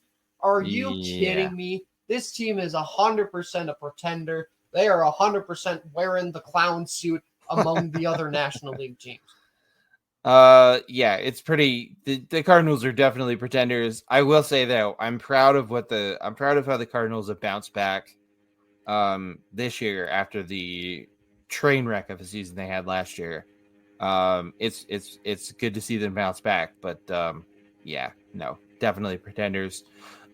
Speaking of pretenders, the New York Mets. Yeah, meet the Mets, pretenders. Again, I look at the run differential, and they're beating a little bit more teams in the National League, but again, a plus 16, I just don't think is going to get it done. That is the lowest among the teams with a positive run differential. So pretty much everybody else, aside from the Cardinals, in the entire playoffs. Granted, again, we talked about it with the All-Star teams, but Francisco Lindor very much could have been an All-Star. Pete Alonso is an All-Star for very good reasons, but I'm surprised at the very least that they're in this position, especially considering all the rumors that have been going around with Pete Alonso. But you've got a 35-year-old Starling Marte listed as your starting right fielder, a 36-year-old JD Martinez as your starting DH. Mm-hmm. There's some problems in that part of their lineup. Starting pitching has been, oh my goodness, spin a wheel and figure out what kind of pitching performance you're going to get from the New York Mets this season. My God. I mean, this pitching rotation in general just doesn't really leap off the page. I mean, Luis Severino, Jose Quintana, Sean Manaea, David Peterson, who got sent down, Tyler McGill got sent down, Christian Scott, okay. Edwin Diaz, hey, buddy, start playing like you deserve that giant entrance that you get. Because right now you ain't Right. playing like it at all. Like at this Yeah. point, the trumpet is playing taps because every time you come into the game, it feels sad. But yeah, this team right now is 100% pretenders. Yeah, sorry, Mets fans. All right, that's our pre-trade deadline edition, I guess, of contenders or pretenders. We'll Carson, we'll have to revisit this after the deadline and after all the moves have been made. Oh, absolutely. Yeah. So, we'll stick around for that, guys. All right, let's play some buy or sell. Carson, buy or sell. Paul Skeens will throw a no-hitter before Shota Imanaga. Right now, I think I have to. Again, we've had the argument about he shouldn't be the all-star starter and all of that, but we're throwing that out the window for this. We have to. Yeah. For me, I have to buy this. Like, this has been one of the most impressive starts to a career by a rookie pitcher I think personally I have ever seen. Yeah. And I mean, you know, he came very close. He had a no-hitter going in the 7th inning before Derek Shelton took him out, which is a decision which I think I keep going back and forth about if it was a good idea or a bad idea. But yeah, for me, I have to buy this. Oh man, I don't know. They've both come really close. I don't know, man. I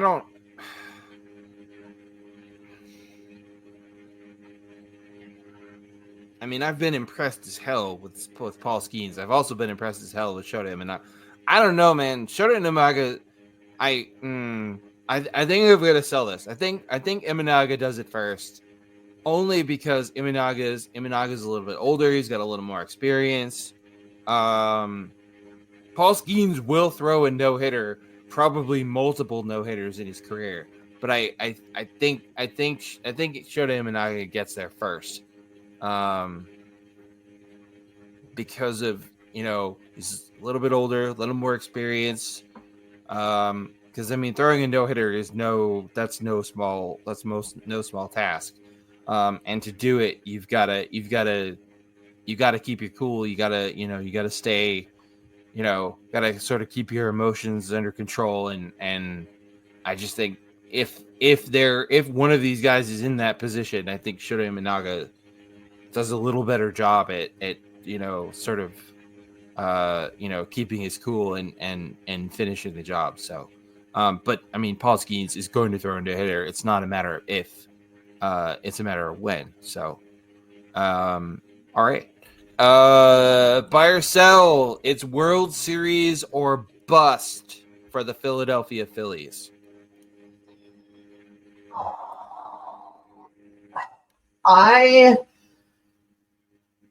think with all of the factors that are going to go into this run, I think I have to buy this, because you're not going to catch the Atlanta Braves lacking like this again. Mm-mm. You're probably not going to get the double whammy of having their ace and their best player overall being out for the season. I mean, you have a stranglehold right now on the entire National League. You have got to put your foot on the throat of the National League and choke it out. Like, make some sort of move at the deadline. Make it be depth, be a star player. I don't care. You have to make sure you get it done this year, because I don't think you're going to find yourself in this same position again. Yeah, I mean, those are all really good points. I don't know if I necessarily think if they don't win the World Series this year, I don't know if is it a bust? Like, I don't know. I mean, yeah, you know what? I guess it is. I guess I do have to buy this, because they've been, 2 years ago they were in the World Series and they lost to the Astros. Last year they went to the NLCS, lost a gut-wrenching 7-game series to the Diamondbacks. And yeah, you're right. The Braves are not going to be this, in this, the Braves aren't going to be this shorthanded. This is a golden opportunity for the Phillies to, and I mean, really, when you look at the rest of the current National League playoff teams, like none of the teams that are currently in the playoffs in the National League, none of these teams are going to be the Phillies. I'm sorry, the Braves aren't going to do it. As these teams currently stand, this is all pre-deadline, but as things look right now, I don't see any of these teams in the National League beating the Phillies. And as far as like possible potential, whatever, World Series opponents in the American League, yeah, I mean, there's some tough, the Guardians, the Orioles, the Mariners. I mean, any of those teams in the American League, would be tough would be a tough draw for the Phillies in the World Series. But I think because they've come close the last couple of years and haven't gotten the job done, I think you've gotta get the job done. You've got to get it done this year. All right, Carson, buy or sell that my Boston Red Sox are underrated. Sorry, sell.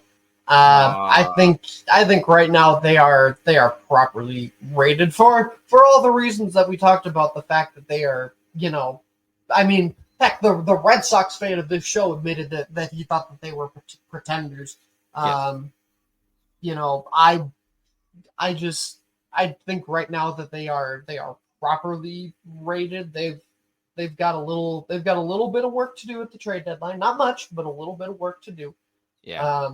And I mean, I think part of it too is just playing in the AL East. You're probably not going to catch the top two teams there in the Yankees and the Orioles, but yeah, I think right now they are properly rated. I don't know, man. If the Orioles keep losing games like they have been, no kidding. Jeez. I have to sell this. I think they're right about where they should be. I do think there are still too many people sleeping on this team. Some of my fellow so-called Red Sox fans included, you all know who you are. And I mean, a bunch of the knuckleheads in the Boston sports media are still, talking about how they should be selling at the deadline and blowing this team up and calling up all their, calling up prospects and all this other. Shut up. No, I think they're right about where they should be. And kind of like I said before, they're going to be the stretch between the end of the All-Star break and the trade deadline it's make or break. And how they play over that stretch is gonna dictate how things go for the rest of the year. Speaking of the trade deadline, Carson, buy or sell that Tarek Skubal won't be a Detroit Tiger after the deadline. I'm gonna sell this. I think that Skubal has to be a guy that you have to build around. It's not as if the Tigers have been bad all season long. Like they started the season in the thick of things in the AL Central, and they're, granted they're all, like we act as if they're the White Sox, but they're only 46-50. Like they're only 4 games below 500, which isn't horrible. Granted, it's certainly not great, but it's not horrible per se. But for me, Tarek Skubal is the guy in that pitching rotation that you have to build that staff around. Getting rid of him, I honestly think would make no sense unless you're getting some prime prospects back in return. Yeah, no, I've got to sell this. I mean, they're 4 games under 500, sure. They're 7 games out of a wild card spot. I mean, they're still, at least for right now, they're still, I mean, they're on the borderline of being out of the wild card race at this point. I mean, 7 games at this point of the season with less than half a season to go is a lot, but it's not unheard of. Stranger things have happened. Yeah, no, I think you've got to hang on to Scooble, like you said. You got to hang on to him, and you got to build around him. And if the Tigers want to get back to being, a contending team, then Scooble's got to be one of the cornerstones. So, all right, that's buy or sell. Let's get to the mailbag. Don't forget to drop us a line at eighth-inningpod.com/mailbag or at eighth-inningstretch@gmail.com, and we just might read your message on an upcoming episode. We start with Vicky H, who wants to know which division leader will not win their division. Mm-hmm. The Mariners. I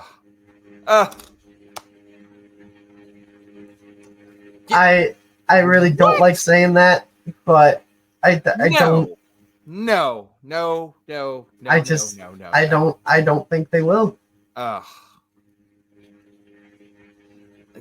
Ladies and gentlemen, people of Seattle, I would like to apologize for my co-host. Hey, it doesn't make me happy either. These are my World Series picks, all right? It doesn't make me happy to say that either. You mean, you're really going to sit there and tell me that the Astros are going to win the division? Come on. The Astros are a dumpster fire. I mean, they're only one game behind them. Ugh. Yeah, well. I thought you were going to... All right, well, since you didn't do it, I'll do it. The Cleveland Guardians are not going to win the American League Central. Ladies and gentlemen, you heard it here first. The Minnesota Twins are going to win the American League Central. Love it. I want that to happen desperately, but we'll see if it does. I think the Twins are gonna make some moves. I know the Guardians are playing really well. The Guardians have had a heck of a season, but they're not exactly running away with that AL Central. And I think the Twins are going to win it, but the Royals are going to have something to say about that division when all is said and done too. So, sorry, Cleveland. I know you guys have been through a lot, but don't worry. The Guardians are still going to make the playoffs, and I still think they're one of the teams to beat in the American League. But I don't see them finishing atop the division. Bonus pick. The LA Dodgers are not going to win the National League West. Oh, if we're throwing in bonus picks, the Baltimore Orioles will not win their division. Oh, are you? Come on. Are you the Yankees? Yeah. Oh. They got to figure out this 5-game losing skid and figure it out quickly. That's true. I don't think this might be my bias talking, but I don't think it's out of the realm of the possibility that the Red Sox could make a charge to the top of the AL East either. It's certainly not out of the realm of possibility, no. I think that's going to be a 3-team race. For the AL East, I really do. I think all three of the Orioles, the Yankees, and the Red Sox are all going to make the playoffs. One's going to win the division. The other two are going to be wild cards. How that order shakes out, who the heck knows? But, yeah. Julian T, what are some of your bold trade deadline predictions? Oh boy. Oh man. Oh boy. I think my bold, the more I kind of look at it, my boldest trade deadline prediction is I think the Toronto Blue Jays are going to stand pat. I don't think they're going to move anybody. Nobody. Not Vlad, not Bo Bichette. Nobody. Wow. That is bold, my friend. That is the definition of bold. Oh man. Okay, well I don't know how I'm gonna top that one. The Blue Jays are okay. That is a bold prediction. I will give you credit. Let's see. Well, geez, how the hell? I don't know how I'm gonna top that one. Bold prediction. Let's see.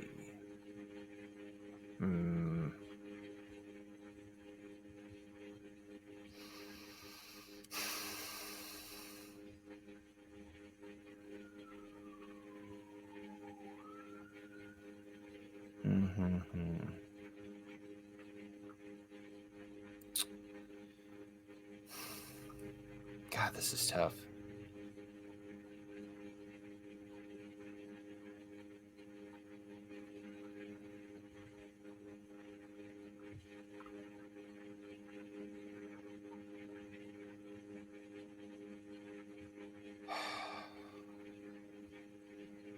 This is really tough.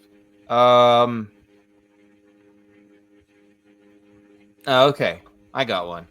I think. I don't know. I don't know where this ranks on the bold scale.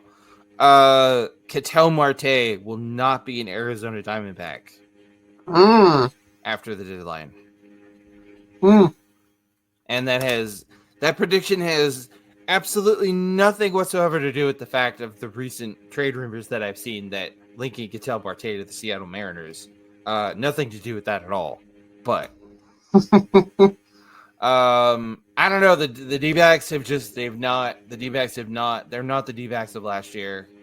They've struggled. They've been talking about inconsistent, and I don't necessarily know that they're going to go full sell mode. But I mean, if you can offload Ketel Marte and get some prospects in return, I think you have to.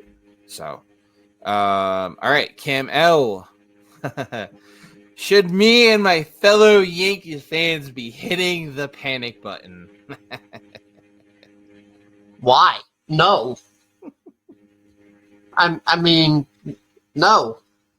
Like, you're in contention still for the division. I mean, make it, grab a bullpen arm and I think where Cam's going with this is the injuries piling up and the pitching issues. I don't know, obviously. Yeah, I mean, I would assume that that's where we're going, but it's like even still, like, yeah, you've got a couple of injuries. Yeah, some pitching is going bad, but Cam, it's okay, buddy. See, this is why you're gonna be okay. This is why everybody outside of the Bronx can't stand Yankees fans, because you guys don't know when you have a good thing. You're right in the midst of a race for the division. Like, okay, you've had some struggles. Guess what? It's a long season. It happens. Wow. Yankees fans, man. No, you should be hitting the panic button. Are you nuts? I mean, you'll be hitting the panic button when Juan Soto starts entertaining free agent offers this winter. But in the meantime, everything is okay in your little bubble there in the Bronx, Cam. And last but not least, Brian B., you've got a chance to change your World Series picks. Are you taking it? See, this is hard because technically my National League representative is still in the race for a wild card spot. Who did you pick to represent the NL again? The Cincinnati Reds. Oh, right. Oh, yeah. How's that working out? Not too well. They're only 3 games out of a wild card spot. They're only 3 games out of a wild card spot. The American League, no, I'm not changing it. Seattle is still the team that I've picked, but I don't know. I'm very tempted to change it with the Cincinnati. I feel like I'm a contestant on Deal or No Deal, just talking through everything. when at the end of it, I'm just gonna say no deal. So I'm just gonna skip the whole 5 minutes of talking to my family and making everybody super bored. Don't forget the well, that's more money than I came here with. Oh yeah. Oh my God. Everybody said that line too. What do you think, family? Well, it's more money than you came here with. No kidding, Sherlock. Yeah. Thank you, Captain Obvious. My God. Right. You know what? No, I'm not going to change it. You're not changing. You're sticking with the Mariners. No, I'm gonna stick with Mariners win over the Reds. All right, let's see. Who did I honestly didn't remember. I had to go back and look at my notes here. Okay, so I picked the Orioles to win the American League. I picked the D-backs to win the National League. Ugh. And I picked the D-backs to win the World Series. Yeah. I mean, the D-backs are only one game. They're only a game out of the wild card. But wow, they've just been all over the place. I mean, they have won 4 in a row. They've won 7 out of the last 10. They're headed into the All-Star break, playing good baseball, but they have not. I don't know who this team is and what they did with the team that went all the way to the World Series last year, because this team does not look the same, even though it's basically the same team and they improved. That being said, post All-Star break, they will be getting Jordan Montgomery back healthy. They will be getting Eduardo Rodriguez healthy. That's not small potatoes. Oh man, I don't know. Like, you know what? Screw it. No, I'm sticking with the D-backs. I'm sticking with Los Serpientes. I know they've been all over the place. I know they've been wildly inconsistent during the first half of the season. But you're getting Montgomery back. You're getting Eduardo Rodriguez back. And it's all about playing your best baseball at the right time, and they're playing really good baseball headed into the All-Star break. And yeah, I'm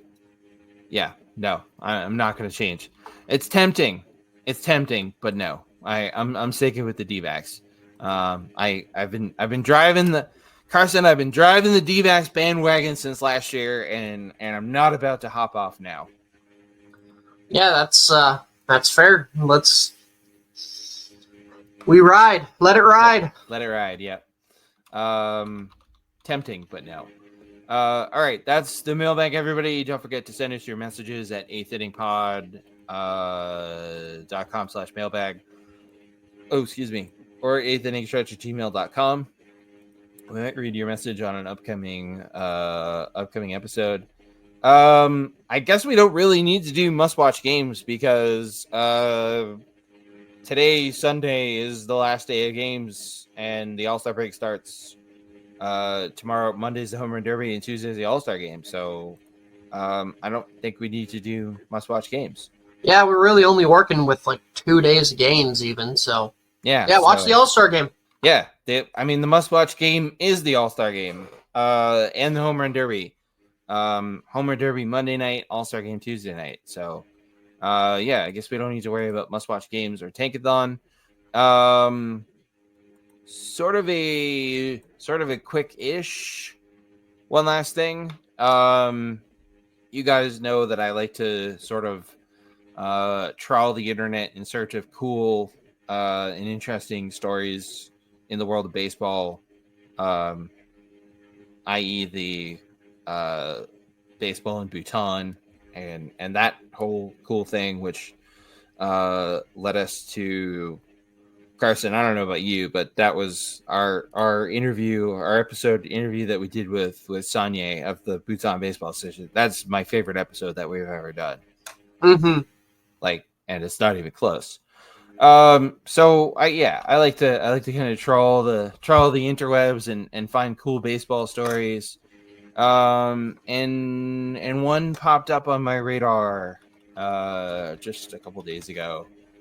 In fact, I wrote about this player in the most recent edition of Two Star Count. When you talk about baseball countries, and players in places with a rich baseball history, you think of places, the U.S., obviously, Japan, Puerto Rico, Dominican Republic, Cuba, places like that. Australia doesn't make that list. But that's about to change, everybody, because when the MLB draft takes place this weekend, or today, actually Sunday for us, for the first time ever, an Australian-born player is guaranteed to go and be picked in the first round. A lot of mock drafts have him in the top 10, top 5. Some even have him going number 1 overall. And his name is Travis Bazana. Learn the name because this kid is a stud. He's 20-something years old. He's just wrapped up an unbelievable collegiate career at Oregon State. He tore it up at Oregon State. He finishes his career for the Oregon State Beavers having broken 8 career records for the team. He's from Australia. He started out, unsurprisingly, playing cricket in Australia before coming stateside to play at Oregon State. He was highly recruited by Oregon State. And now here he is about to quite possibly be picked number 1 overall in the MLB draft, which is it's cool. It's awesome. It's a really cool story. I would encourage all of you to Google this guy. His name's Travis Bazana. It's spelled B. What is it? I had it here. Bazana, Bazzana. Yeah, just a really cool story how this kid, he went from playing cricket in Australia to quite possibly being the number 1 overall pick in the MLB draft. And doing something that no other Australian-born player in MLB history has ever done. And again, Australia doesn't have the richest baseball history, but Australia's turned out players like Liam Hendricks and Grant Balfour, who are no slouches. But Bazana's set to make history, and I, for one, I can't wait to see. I know it's a baseball draft, and I know these prospects don't always, they don't always pan out, and sometimes it takes them a long time to pan out. But I would put my money on Travis Bazana making his way to Major League Baseball, within the next year, couple years max. This kid's going to be really good. So learn the name Travis Bazana, and just a really cool story. And I, for one, I can't wait to see what this kid does on his way to Major League Baseball. Yeah, absolutely. Another story that just goes to show you that, hard work pays off. Doesn't matter where you're from, but if the talent's there, if the work ethic is there, you can make it. My one last thing is very simple without mentioning certain events. Just be good humans, please. Yeah. I don't really, I went back and forth if I actually wanted to talk about the major news story that has happened. I went back and forth if I actually wanted to mention it, but especially with how divisive and quite frankly gross my Twitter timeline has been from whatever, from no matter which side of the aisle you're on, whether it's memes being made about it or people saying, "Oh, well, I'm still going to vote for Biden," and things like that, and to the all of a sudden now we're upset about guns because somebody tried to take out Trump. But just be good humans. I miss the days where we can have political discussions without being accused of being racist or fascist or whatever. I miss the days where we could actually have conversations about things without it turning into full-on screaming matches or families being alienated because somebody doesn't fall on one side or the other. And I mean, it's also, want to send out the condolences to the family of the person who was killed as a result of what happened yesterday. But just be good humans. Have progressive dialogues. Don't make fun of this situation either. Somebody died. It's not something to be made fun of. It's not something that you should be celebrating or saying that the person had one job or that they missed or whatever. That when I saw those kinds of posts, that made me kind of want to puke. Just because, like, how can people say that about another human being? Blows my mind. No matter how you feel about him, that just blew my mind and made me sick to my stomach. So, just be kind, human beings. Take care of yourselves. Take care of each other. Like, be just good human beings, please. Like, we don't need any more of this in our world. No, there's way too much of it already, and yeah, just I mean, like it's such a simple thing, and I don't know why so many people, but to me, anyways, it's way. I don't know. It could just be me. I could be crazy. I mean, I know I'm crazy, but I could be crazy in saying this. But to me, it's always seemed like it takes way more energy to be mean, like being nice to people. Not even being nice, just being what's the word I'm trying to think of? Not even like being nice to people, but just being civil to people, just being, I don't know, a human being takes very little effort. You have to put effort and energy into being mean and cruel and a bad person. At least in some cases, I think being a bad person and being mean and cruel comes naturally to some people. I won't mention any names, but yeah. No, yeah, I'm glad we're not going into what happened yesterday, but yeah. Carson's right. There's way too much of this kind of stuff going on. And this latest thing, what happened yesterday, is just another example of that. So come on, guys, like, knock it off. Just I'm not even asking you to be nice to people.